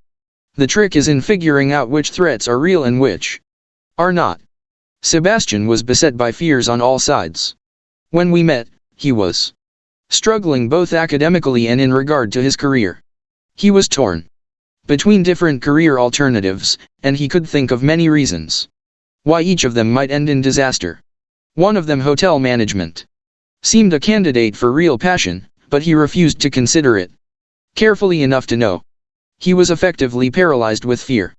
I asked him to tell me why he was afraid to commit to a plan of action. It's just who I am, Sebastian replied instantly. Then he added, and don't tell me to be brave. I don't have it in me. But I had no intention of telling him any such thing. Or do you think I should have? The truth is, fear cannot be so easily dismissed. If a few words would do it, we'd live in the land of the brave. To pat him on the back and say something like, Sebastian, my boy, be brave. You can do this, would have been to treat him as if he were a child being coaxed into the deep end of a swimming pool. Or worse, it would have implied that I thought he was weak or really did lack courage. And that would have been profoundly disrespectful. So I did not tell Sebastian to be brave. But I did tell him that I thought he was mistaken in some of his assumptions. It makes for less dramatic dialogue, but it's also more powerful for being true. I asked Sebastian to try and understand his fear. what you understand better, you can then take the first step to manage. And when you can manage your fear, you can take actions you would not have otherwise considered. This is not bravery, it's reason. In this chapter, we'll look at some of the most common issues driving fear. I'm sure you'll see ways to identify and to examine your own fears and strategies you can use to move forward. The fear of wasted time. Sebastian, I began, what would happen if you pursued an education in hotel management, and decided it wasn't for you? I would have wasted too much time, at least a couple of years, he said glumly. Would that entire time have been wasted? I asked. Would you have not learned anything useful? Well, maybe I'd have learned a few things. And what might you have learned? I might understand a few things about financing, he said. Nothing else. I pressed. As you can see, this was a painfully slow process as, step by step, I got him to reflect upon and acknowledge the various skills he'd learn. We went on like this for a while, then Sebastian struck the mother lode. I'd learn how to keep hotel guests happy and willing to return again, he said. Yes, I said. And what else would those lessons apply to? Now Sebastian saw the potential, as his brain leapt over its barrier and clicked into high speed. His fear had distracted him from thinking. I had, in turn, distracted him from his fear. And he was now able to recognize that learning how to satisfy customers in the demanding hotel environment was highly applicable to a wide range of other service industries, from insurance to travel to retail. Even if Sebastian ultimately decided hotel management wasn't for him, in such a course of study he would learn a highly mobile and important skill. He would also acquire some knowledge of financing, marketing, and personnel management. And any competently taught hotel management program would include networking events, so Sebastian would be able to add to his potential mobility by building his personal network. Sebastian already knew that the scale of this network added to his employability. In other words, when he examined his specific fear wasting precious time, he found it would be much less of a waste than he had casually assumed. As a matter of fact, the danger was much lower than he had supposed. While it took a lot of conversation between the two of us to get there, Sebastian saw how a hotel management program could realistically help him become successful.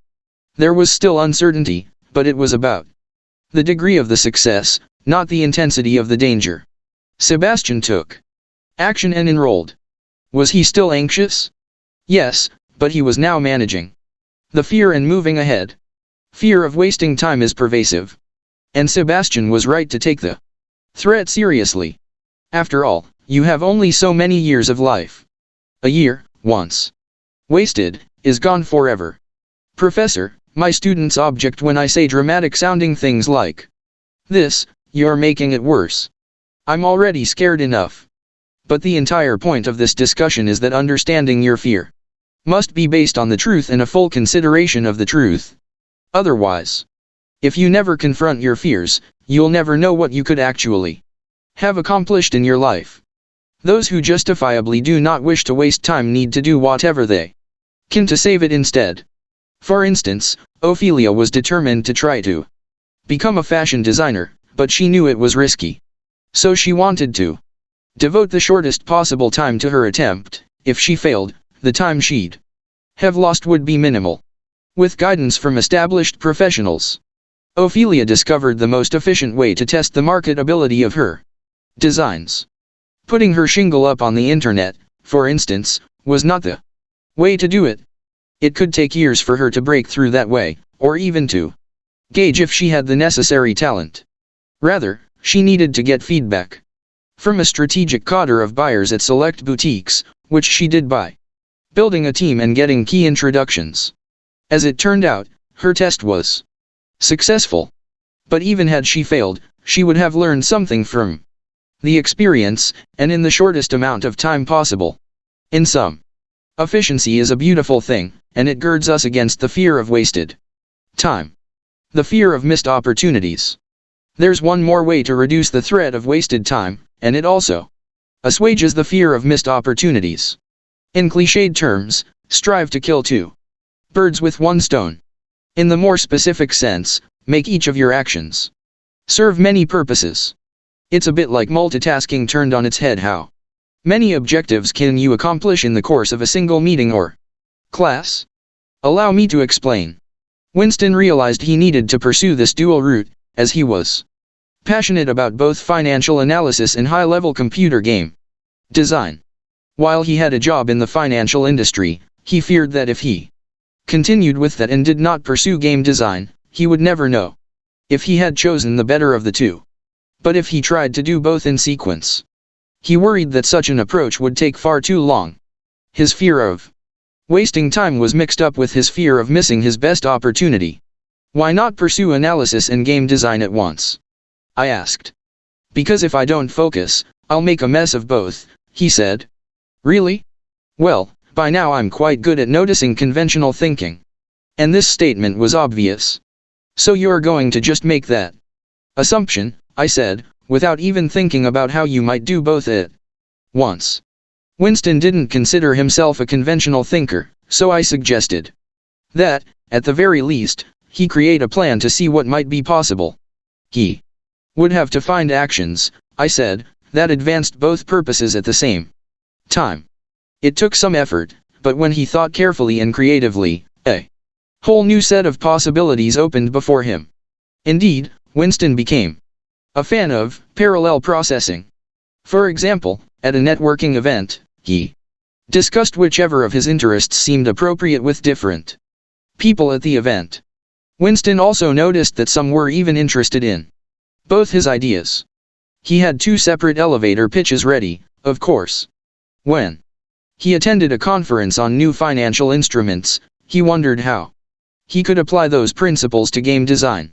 When he attended game design conferences, which he did on his own time, he speculated about whether any of the suggested strategies could be applied to the design of financial instruments.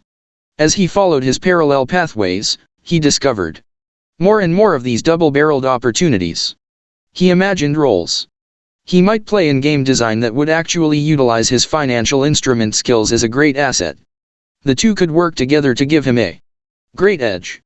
Are you drawn more to one than the other? I asked when next we met. No, he said. In fact, both are becoming more interesting than ever. Doing them simultaneously wasn't just efficient, he explained, it was downright exhilarating. I feel like my brain is firing on all cylinders. Winston also confided that he now understood the real danger he should have feared, that by wrongly choosing one pathway or the other, he would have missed doing both. That thought really scares me, he reflected. Even though it's not what happened. I myself am an aggressive practitioner of parallel processing. I am passionate about architecture, for instance. If I go to an economics-related event in a different city, I often take the opportunity to tour the city's famous buildings. For years, I'd read and learned about economic difficulties surrounding architecture. Then I realized that architecture students were not signing up for economics courses on their own, and yet, the economics of architecture is critical to their professional development. So I had a meeting with the head of the architecture school and suggested teaching an occasional class on the economics of architecture, which I've been doing for years now. Economics, teaching, and architecture, all in one. Not all career areas are broad enough to bring in so many other disciplines. Of course, but you see the potential. In my case and in Winston's, parallel processing offered opportunities to combine dual passions. But for others, parallel processing confirms that one choice is better than another. Great. Now they could proceed without second thoughts or regrets. They tried both, and on their own learned which career was better for them. Parallel processing is a challenging approach, one that requires planning and research. But it doesn't require courage or overcoming fear, just determination. Fear of the unknown. Another common fear, which is often hard to describe, is the fear of the unknown. That is, you don't know you're afraid of it because you don't know what you don't know, and that itself is the fear. Are you confused yet? Stay with me. Paula was the junior manager of a retail operation, a position she hated. So she researched management roles that she thought she might find more interesting. Project management looked promising, and there was a clear educational and career pathway. But what if she did all the work and ended up performing poorly as a project manager? When we broke it down, it was clear Paula was a confident young woman. She had many logical arguments to make about why she would probably do well as a project manager. But she was still afraid, and her fears were holding her back. Why? Together we considered a number of obstacles, none of which seemed to apply. For example, she wasn't overly concerned about wasting time or missing opportunities. She didn't seem to lack confidence in her abilities or in her learning potential. Even though she had a job she disliked, she delivered acceptable work on time. Why is it that you think you'll fail to perform in work you would most likely enjoy? I pressed. I don't know, she said, exasperated. She couldn't define her fear. She just knew she had it, and that it was preventing her from taking action. It was time to play detective. We needed to really unpack what it meant to be a project manager and see if we could discern which part of it made Paula so uncomfortable. I asked Paula to walk me through a typical project management assignment, step by step. Paula described the process well, since she'd done her homework. It took her only a few minutes to take me through what an entire project would look like. And that was exactly the problem. She had only read about project management, so of course she was uneasy. Paula had no actual, concrete knowledge of the work. It was all academic, not emotionally understood. Remember that balance between emotion and logic we went over in part I? She didn't have both in equal supply, and so she needed to speak with those who did the work. She needed to hear someone who loved project management tell her why he did. If what he said didn't resonate, Paula might then conclude it wasn't the best choice for her after all. Paula's fear, once pinpointed, was very real and very valid. She was right to be afraid of the unknown aspects of her choice. The good news was that she could address those concerns and then make an informed choice without the heavy baggage of fear influencing her. Over the years, I've been surprised at how many times the anxieties of my students are based on limited information about a career. They're right to be afraid, but they're often not doing anything to correct that deficiency. Instead, they spend their time trying to talk themselves into overcoming their fear. They say things like, "I'm trying to be a risk taker," or "I've just got to man up and take the plunge." They spend too much time reacting to their feelings, or talking about them, and too little time thinking about why they have them. By all means, get in touch with your feelings. Just don't get distracted or obsessed by them. The fear of ambition. Like Paula, Trudy was bedeviled by fears that she had great difficulty articulating. If I may wear my Sherlock Holmes hat for a bit, I will admit that this case had me stumped. Trudy was emphatic that she'd found her passion. She loved being an electrician. She was already licensed and well regarded by her employer. But she really wanted to run her own subcontracting company.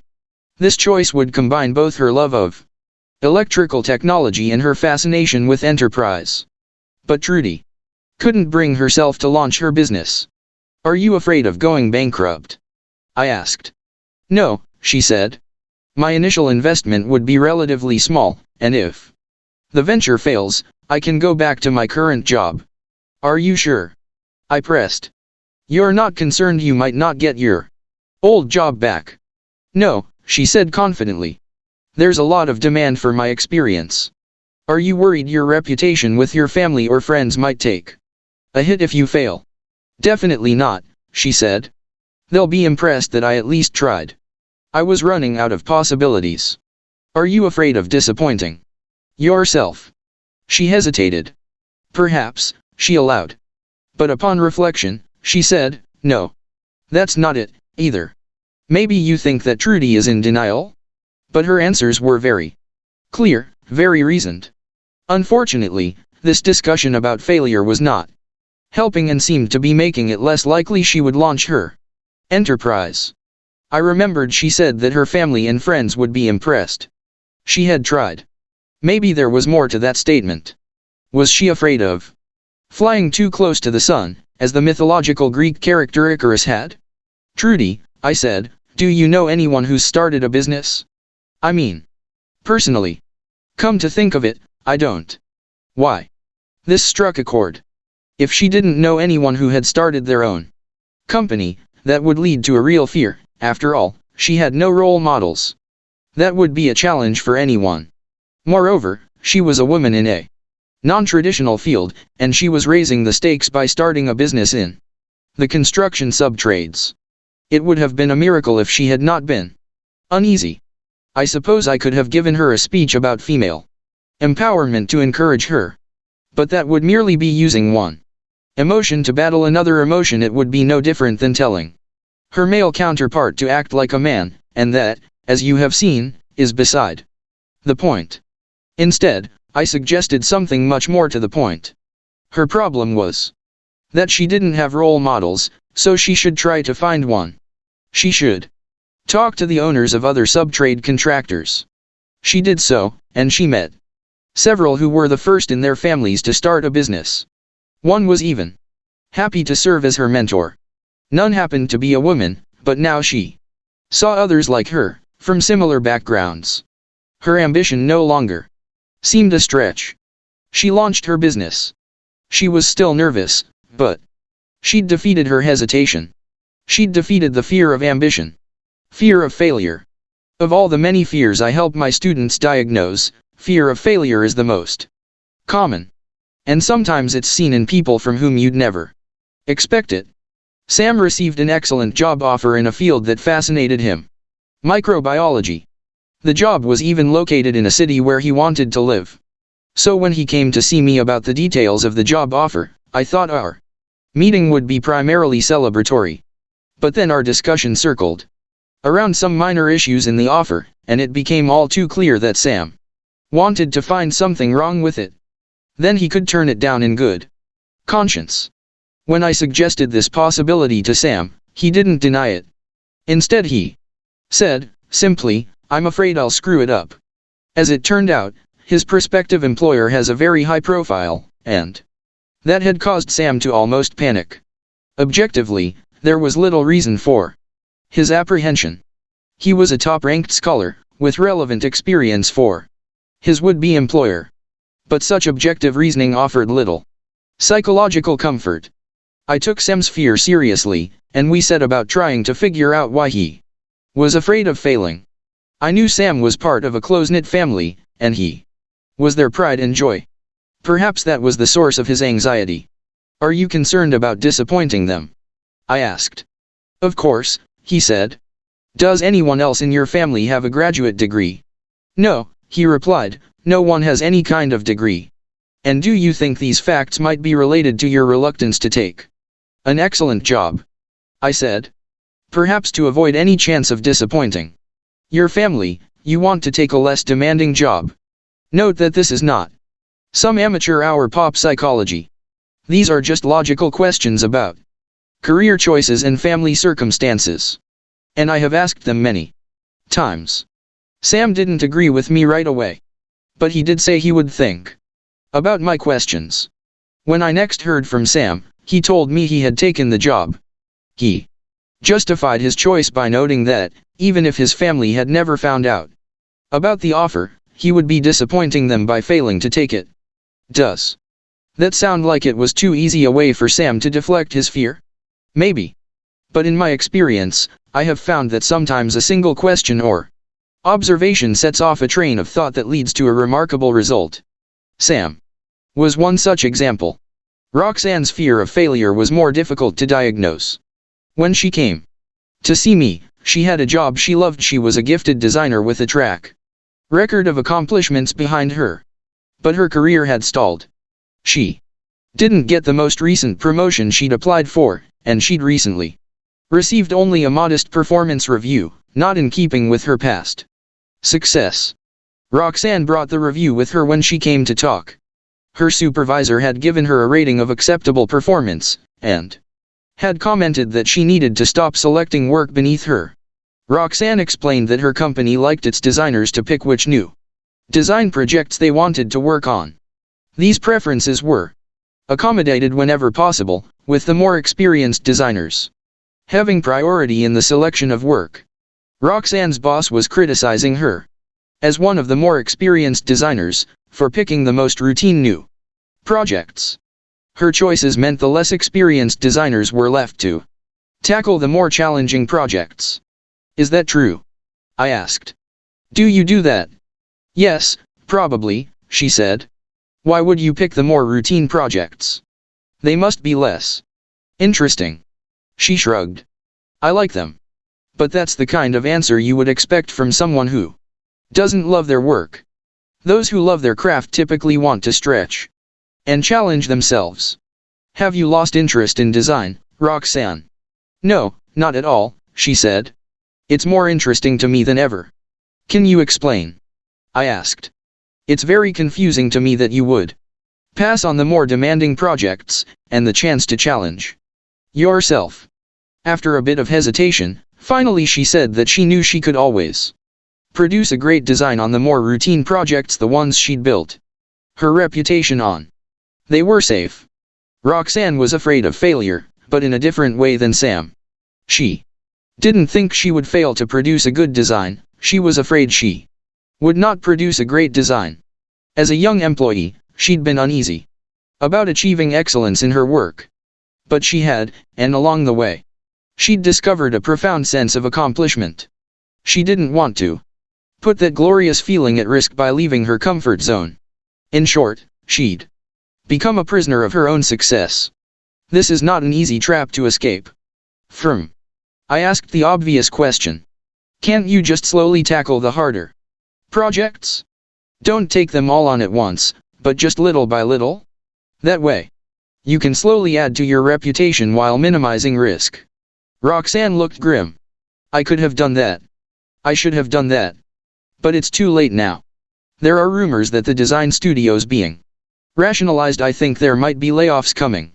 I have to do something quickly to protect my job. Roxanne was in an all too typical situation. She'd tried to avoid an immediate danger and had increased her likelihood of a future with greater danger. She had to face that greater danger now.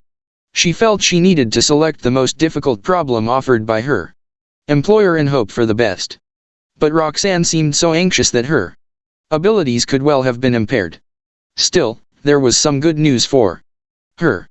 Roxanne, I said, let me ask you something. Do all the other designers at your company have your degree of passion?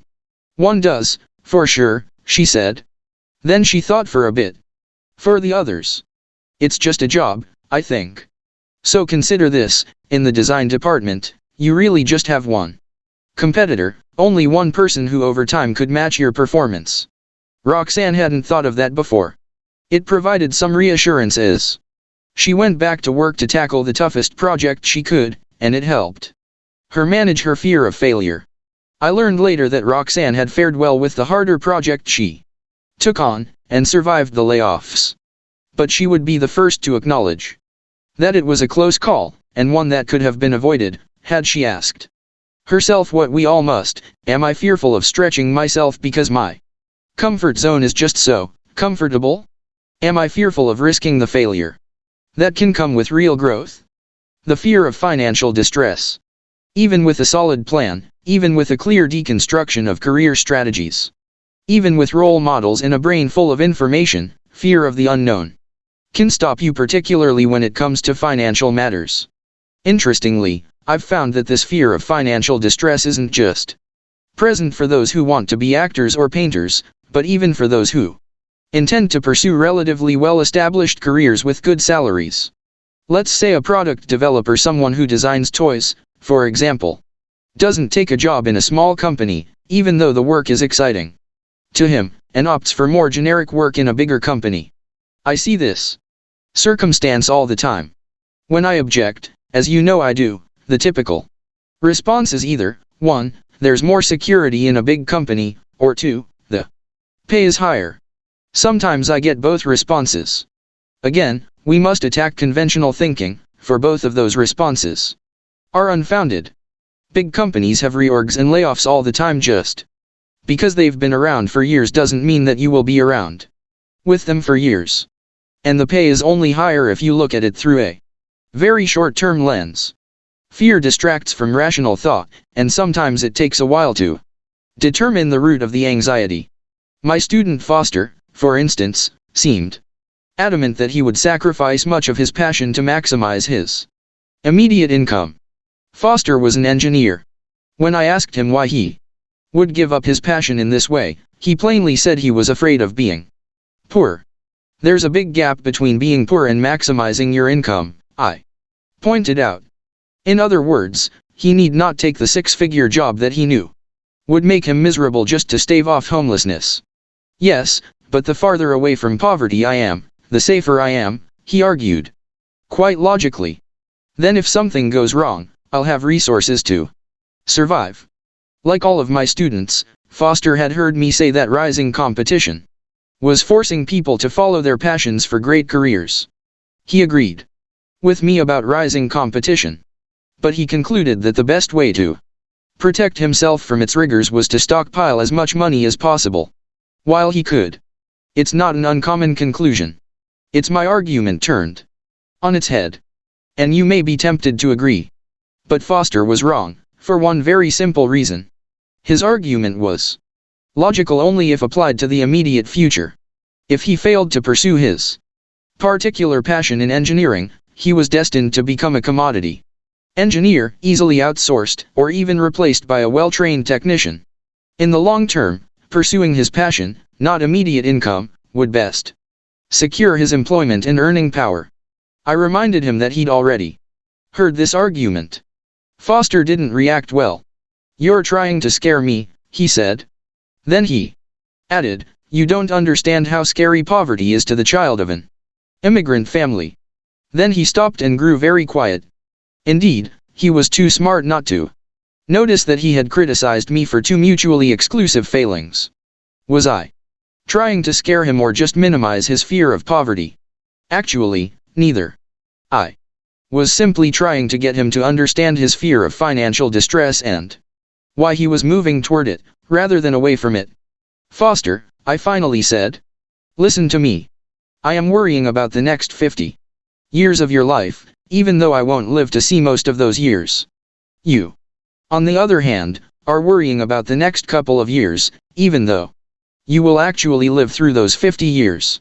Okay, Professor," he said. "I'll think about that." That's all I could ask of him, or of you think about it. I don't know what Foster ended up doing, but I hope he hears me still when he feels the fear of financial distress. Naturally, I also left him with plenty of fearsome cautionary tales to help make my point. I told him about John, from Chapter 1. Remember him? He's the fellow who had the great house, and the safe, seemingly stable job at a large and growing tech company. John was interested enough in his work, but he was not really passionate, so he was surprised to be laid off as a 9-to-5 ER. Sure, he had done well for a few years, but his long-term earning potential took a huge hit. Remember Jake, also, from Chapter 1, who was laid off from good job after good job until he decided to pursue his passion for travel and became a timeshare salesperson? Then and only then, as you may recall, did he thrive. There's only so much you can stockpile in the short term, and there's a hopefully long life ahead. And you should know that I am writing this book not just for you, but also for your grandchildren. The best way to fight fear of financial distress is to take the long view. Fear of the fog. The most difficult type of fear to address is the kind that cannot be defined or pinned down. You can only begin to understand fear when you move from a sense of generalized anxiety to the specific reasons for it. The more exact you can be when describing your fear, the easier it is to understand. Vague fear is like a fog, hard to see through, and capable of bringing everything to a halt. The answer seems simple, right? Define your fears, and just shine a light. But it's easier said than done. Keith suffered from this particular challenge. He was sure he'd love to work as a police investigator. He was already experienced in security and had undertaken police training. But he couldn't bring himself to actually apply. Together we went through a wide range of possibilities concerning his reluctance Was it fear for his personal safety? His reputation? His effectiveness? All three were concerns, but they weren't the reasons that were holding him back. Was it that he didn't know enough about the job from those who'd done it? No, not that either. He'd already talked to officers about their work and felt well informed. We were both at a loss. But if you eliminate everything else, then what's left must be the answer.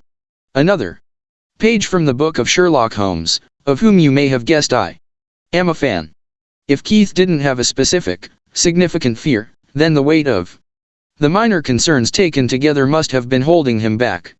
But then, how to deflect the fear?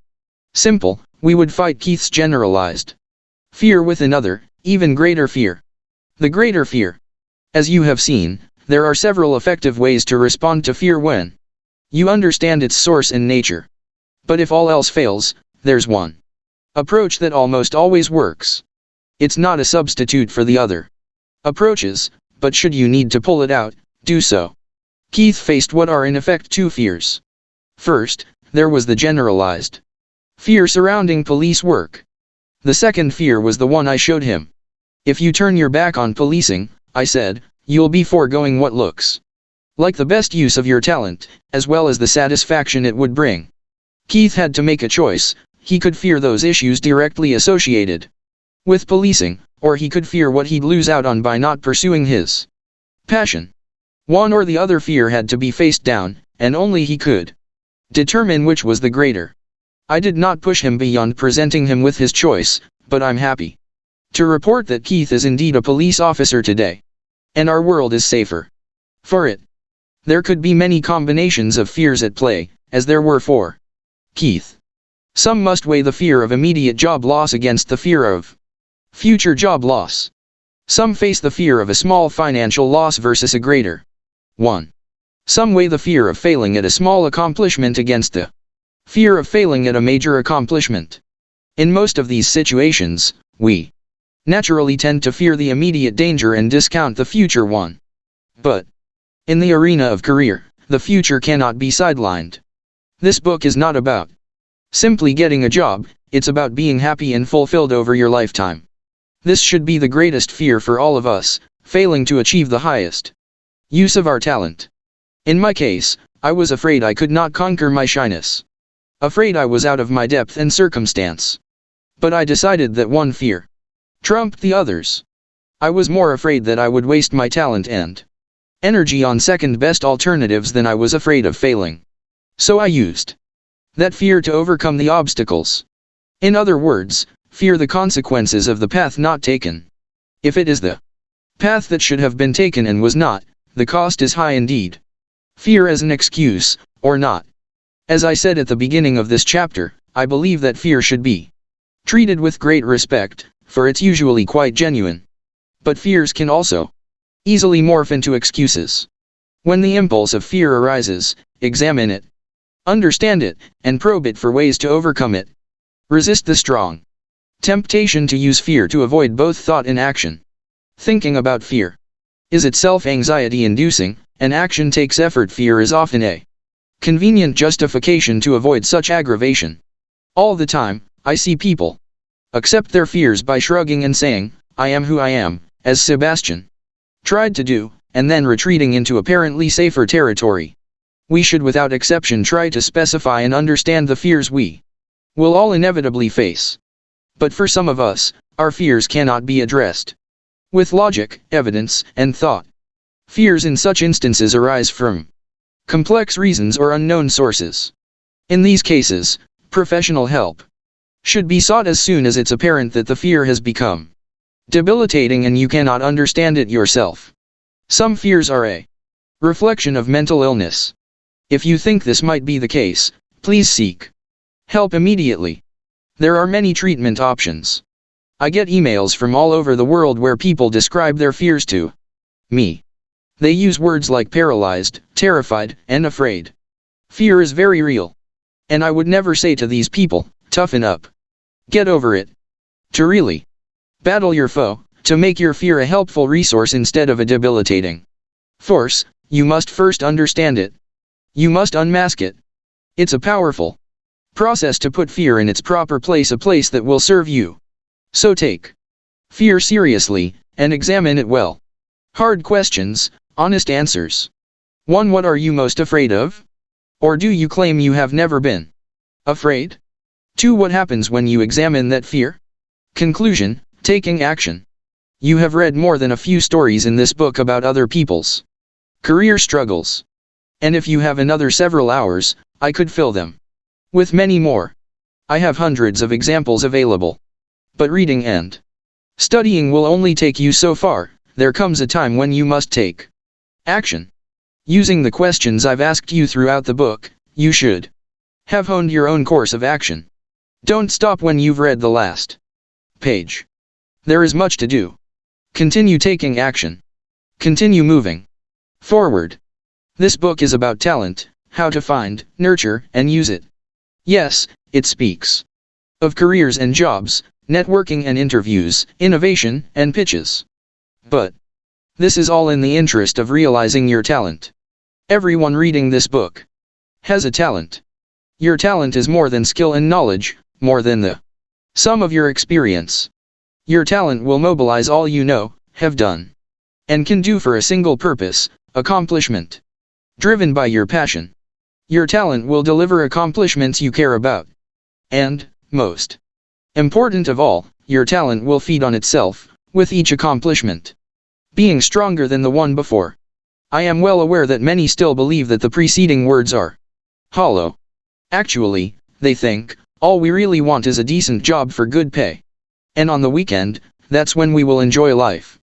But my experience with thousands of students over the years tells me a very different story. Most people do not know what a great career looks like or have any idea how to achieve it.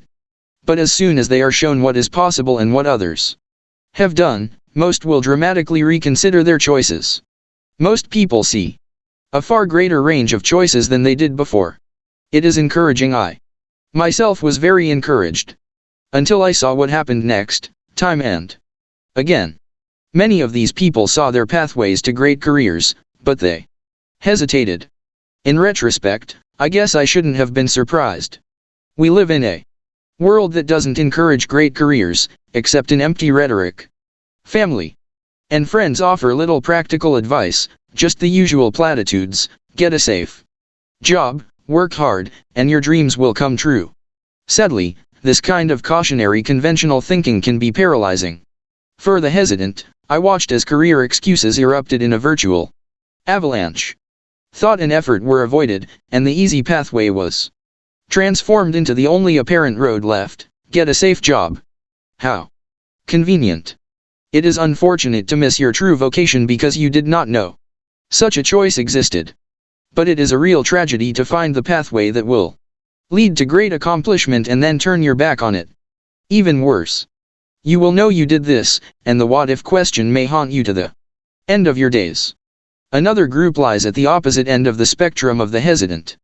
This group is mesmerized by their passion, to the exclusion of all else. They plunge ahead without any real conscious thought or plan. The wreckage that usually results merely serves to reinforce the caution of the uneasy. And even more talent is lost. Thus, the fund of humanity's talent erodes as individuals achieve less than they could, and we are all the poorer for it. I know I've recommended a challenging course of action in this book. I've told you that a great career is not only about passion or education or skill or experience. Each of these is essential, as is a well-researched, carefully crafted plan. It is not easy, and it is certainly not quick. It can be frustrating, and steps must, on occasion, be retraced. But the bottom line is that it works, as an army of former students have told me. I understand that I've suggested a range of actions that can feel intimidating, if not overwhelming. I have been in this game for a long time. But I sometimes feel overwhelmed myself with the complexity of great careers in a rapidly changing world. One relief for this overload is the support of those closest to you, and yet many of my students don't have a clue how to get it. As young and not so young people try to work these ideas through their heads and decide whether and how to take action, they often ask me how they can explain a surprising choice to their family or friends. and it sometimes seems they are unsure of how to explain the choice to themselves. Let me suggest how you might tell your family, partner, and friends about your career choices. What shall I tell my family? Over the years, many people have told me about their career plans, often wrapped up in the goals for their lives. They speak passionately and articulately. Even when they are unsure about their future, they can usually explain the source of their uncertainty. I sometimes need to let them speak for a while as they circle the idea they want to express. And on other occasions, I need to ask questions to get the heart of the matter. These dialogues are very important to me, honored as I am that almost strangers are sharing intimate details of their dreams. Unfortunately, I am often told that their parents are adamantly opposed to their proposed career paths. Sometimes there is anger on the students' behalf, and other times sadness. Of course, if they're talking to me, it's probably because they don't feel they can talk honestly with their families. So it's not surprising that they often speak of their families in an unflattering way. If some parents heard what confidences their children shared with me, and not with them, they would be heartbroken. I know I would be if that happened to me. So if you are a parent, and if you happen to be peeking through this book, the way some parents eavesdrop on my conversations with their kids, I ask you on behalf of the thousands of children I have taught, please listen. Please let them finish what they want to say. Make clear by your actions that listening to them is not just waiting for your turn to speak. Remember what you know to be true, even if they did foolishly immature things when they were 15, they are grown now. You must treat them with true respect, or you will not get respect in return. And do not be misled by the appearance of respect. Some of your children are good actors. If you are the child, do not think you are without fault. Often you will tell me the detailed reasons why you want to pursue a certain career, reasons that clearly demonstrate both maturity and thoughtfulness. Then I ask you if you took the time to tell your family your plans in as much detail as you told me. The young often tell me, not exactly. That of course means they did not, and some have the grace to look slightly embarrassed. And do not tell me your family doesn't listen. Perhaps they don't. Then ask explicitly that they do. Communicate. Admit that for most of your life, if your parents said do X, you said no on principle. Admit that, many times in the past, you asserted your right to do what you wanted without debate. So you are not used to making a reasoned argument, and they are not used to hearing one from you. Except you might have to work to establish your own credibility. Take the time and make the effort. If that effort fails, as it might, you'll know that at least you tried. And the fault won't be with you. However, you also need to remember that dialogue is a two-way exchange. If your family objects to something you said, listen to their reasons why. If they don't explain their thinking, ask them to. Keep in mind a bizarre possibility, they may actually be right. You might be mistaken about some aspect of the career you are intending to pursue. If so, you need to know that. Recognize that this book has asked you to undertake many steps to achieve a great career. While doing your homework, you should have generated a powerful argument to justify your choice.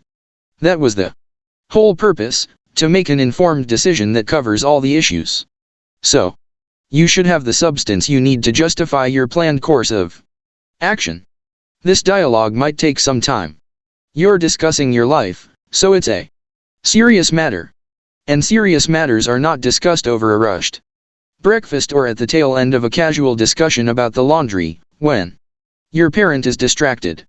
Yes, the distraction strategy may have worked when you wanted your curfew relaxed, but this is not kid stuff. If you want to be listened to and taken seriously, you have to act grown up. So make sure your career conversations are conducted without time constraints or buzzing phones.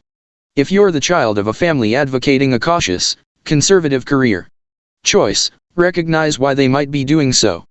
Did your parents suffer great disadvantage in the past? Are they still frightened by what happened to them, and they don't want that to happen to you? Respect that concern and talk about it. Don't let it be the unacknowledged topic in the conversation. The topic that derails the dialogue.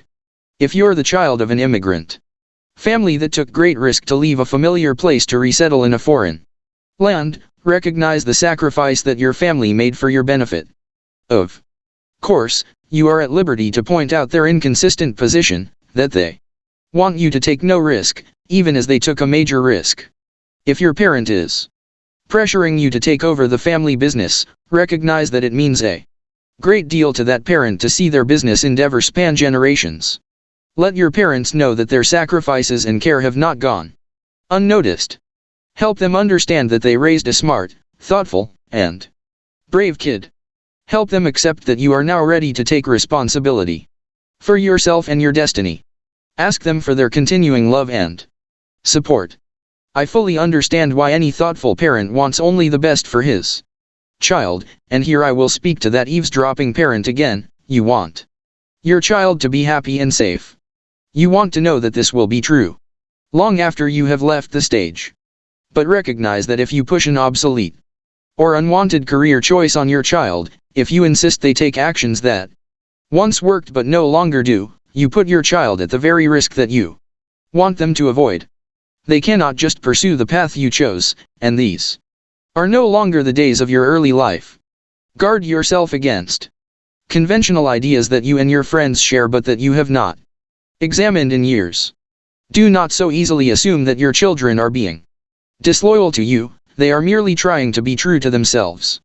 If you force your children into careers for which they are unsuited, I beg you to understand that you may damage them more than you can imagine. Please understand that grades in school do not tell you what your child is suited for, what they will thrive at, or what will make them happy. I am one of those who assigns such grades, and I know for sure the grade is no more than a single piece of momentary data, sometimes accurate and sometimes not, sometimes of significance and sometimes not. In your heart, you know this to be true. When your child is using his talent to its fullest, he is most likely to be both happy and successful. What shall I tell my spouse? Difficult conversations about career can also occur between spouses. They're usually initiated, often suddenly, by a spouse who wants to make a major career change. A transfer, promotion, or a return to school may be involved. Or other times, the spouse can no longer tolerate his or her current work and just wants out by whatever means necessary. Changing careers is disruptive in the best of circumstances. Talking about it with a spouse or partner is particularly fraught because of how intertwined your lives are. The choice may have an adverse effect on your spouse's time or the family's finances. A promotion might mean a heavier workload and more pressure on your partner to manage every other aspect of family life, including childcare. A transfer can involve a longer commute and less family time, or it might be as disruptive as a move to another city. If you're planning to disrupt your family by accepting a transfer, and you are doing so solely for financial gain, then you should note how much extra money the family will have. Of course, in that case you will have to hope that your spouse values money more than happiness. However, you might be taking a promotion because you enjoy your work. Now you need to explain why the disruption in your family's life is worth it. You might start by emphasizing the importance to you and to the family of having everyone pursue work or studies they enjoy. Reiterate to your spouse that you would equally support him or her for an equivalent reason. Make explicit why this new position is so much in line with your goals for a great career. If you do that carefully, you might come to conclude that your present position is just as satisfying. If so, then why move? Discuss how you will jointly moderate the disruptive effect of the promotion or transfer. In short, ask explicitly for the other's support. You can't just casually assume that their support will automatically be there. In addition to counseling people about their promotions, I also see many older people who want to make a big and maybe risky change in order to find or secure work they love. They are eager to make this change because for years they chose to work for money, status, security, or glamour, and slowly the work has ground them down. So now what? The conversation you want to avoid is the sudden one, but I see these happen all the time. In this scenario, the spouse who can no longer stand his work quits suddenly and without speaking to his partner beforehand. This can be especially distressing, since it causes family income to fall sharply, leaving one person to carry most of the financial load, at least temporarily. There are no perfect words to say in such situations. But first, you might apologize for not telling your spouse sooner that your work was becoming intolerable. Explain how you felt it was affecting your health or sense of well-being. And also be ready to explain what you want to do now, in detail. Otherwise, you will look like you took this step capriciously. Describe the plan you have come up with to find a much happier position for yourself. Ask for your spouse's suggestions for your joint plan. Ask for patience since this transition may take some time. What shall I tell my friends? Friends are highly influential forces in our lives, and we should never forget that, in some cases, their influence rivals or exceeds that of family, and, indeed, adult children may spend much more time with their friends than with their families. Unless the pull of the family is very strong, young adults will soon be captured by a crew of their own contemporaries, a circle of friends that is short on experience and long on influence. Moreover, the young are notoriously affected by popular culture and its norms. Again and again, I've seen my students struggle at least as much with their friends as with their families. Think not? What do you suppose the reaction of friends will be when one of their group receives a job offer from a huge and powerful company and turns it down to go to grad school? Or turns it down because it doesn't appeal to her, or it doesn't fit his career goals? Are you crazy? Is the most common response. Conventional thinking is never more powerful than among friends who see each other frequently, where the message to conform is ever present. Go for the money, go for the security, go for the power. And a little glamour is a bonus. So what should you tell your friends when you choose to pursue a great career and some of your steps apparently sound stupid to them? Explain your decisions and goals. No, you do not have to, but the support of friends for the challenges ahead is not to be dismissed and can be just as valuable as the support of your family. Your explanation can parallel what you would share with your family, with two exceptions. First, you can be more insistent than would be appropriate in most families. Second, instead of trying to persuade them that you are right, explain to them why they are wrong. Try to help them understand that their approach is putting their careers at risk. Explain the risks in our hyper-competitive economy. Such efforts may not work, but you are right to try. This may take time and practice. You may not have a lot of practice discussing substantive issues with either family or friends. Sports outcomes, computer game strategies, and romantic hypothesizing do not count as serious conversation.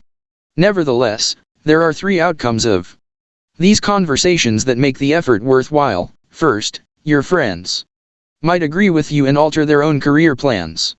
Second, they might reject your arguments and you will notice all the flaws they make in theirs. They might easily dismiss evidence, hold on to their conventional ideas without real justification, repeat the same assertions as if somehow repetition revealed truth, and even exhibit a lack of thoughtfulness. Third, you might find yourself struggling to address their points. You might not have good answers to their questions or concerns, in which case, consider that an indication that you should go back and reconsider your decision. As I have argued throughout this book, you must take great care in choosing how to pursue a great career. Mistakes can happen, and strong debate with your friends can either lead you away from danger or confirm your own judgment. What shall I tell myself? The greatest benefit of having to justify your choice to others is that you come to fully understand your own choice. Since you have chosen to follow your passion and undertake the difficult work of creating a great career, you are walking against the tide of contemporary society. Do not for 1 minute underestimate how powerful that opposing force will be. It will try to wear you down, distract, and delay you. You therefore need to remind yourself of both your goals and the steps you are taking to achieve them. And you certainly need to explain to yourself why you can expect to succeed. Since you are pursuing a radical idea, your mind has to turn the idea over and over, to explore it from every angle. Fundamentally, your mind needs to get comfortable with its radical choice. And the more you think about it, the more you will get used to that choice. You need to have a thorough dialogue with yourself in which you confirm the identification of your passion. Remind yourself that you cannot stop thinking about it and its implications. Discuss with yourself all the relevant alternatives. Review all your research to make sure you are well armed with accurate information. Review your plan and face down your anxiety, even your fear. Ask yourself what exactly you are afraid of. Remind yourself that there are two distinct alternatives before you, whether you want to recognize them or not. Unless you take the above steps, you will drift to the path of least resistance, where some or all of your talent will be wasted. The other pathway, however, leads to a great career. There is no middle path.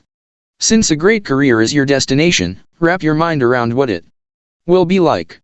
See yourself eager to go to work. Feel yourself deeply satisfied with the product of your work, proud of what you have crafted. Appreciate the impact you will have on your chosen part of the world. Imagine that you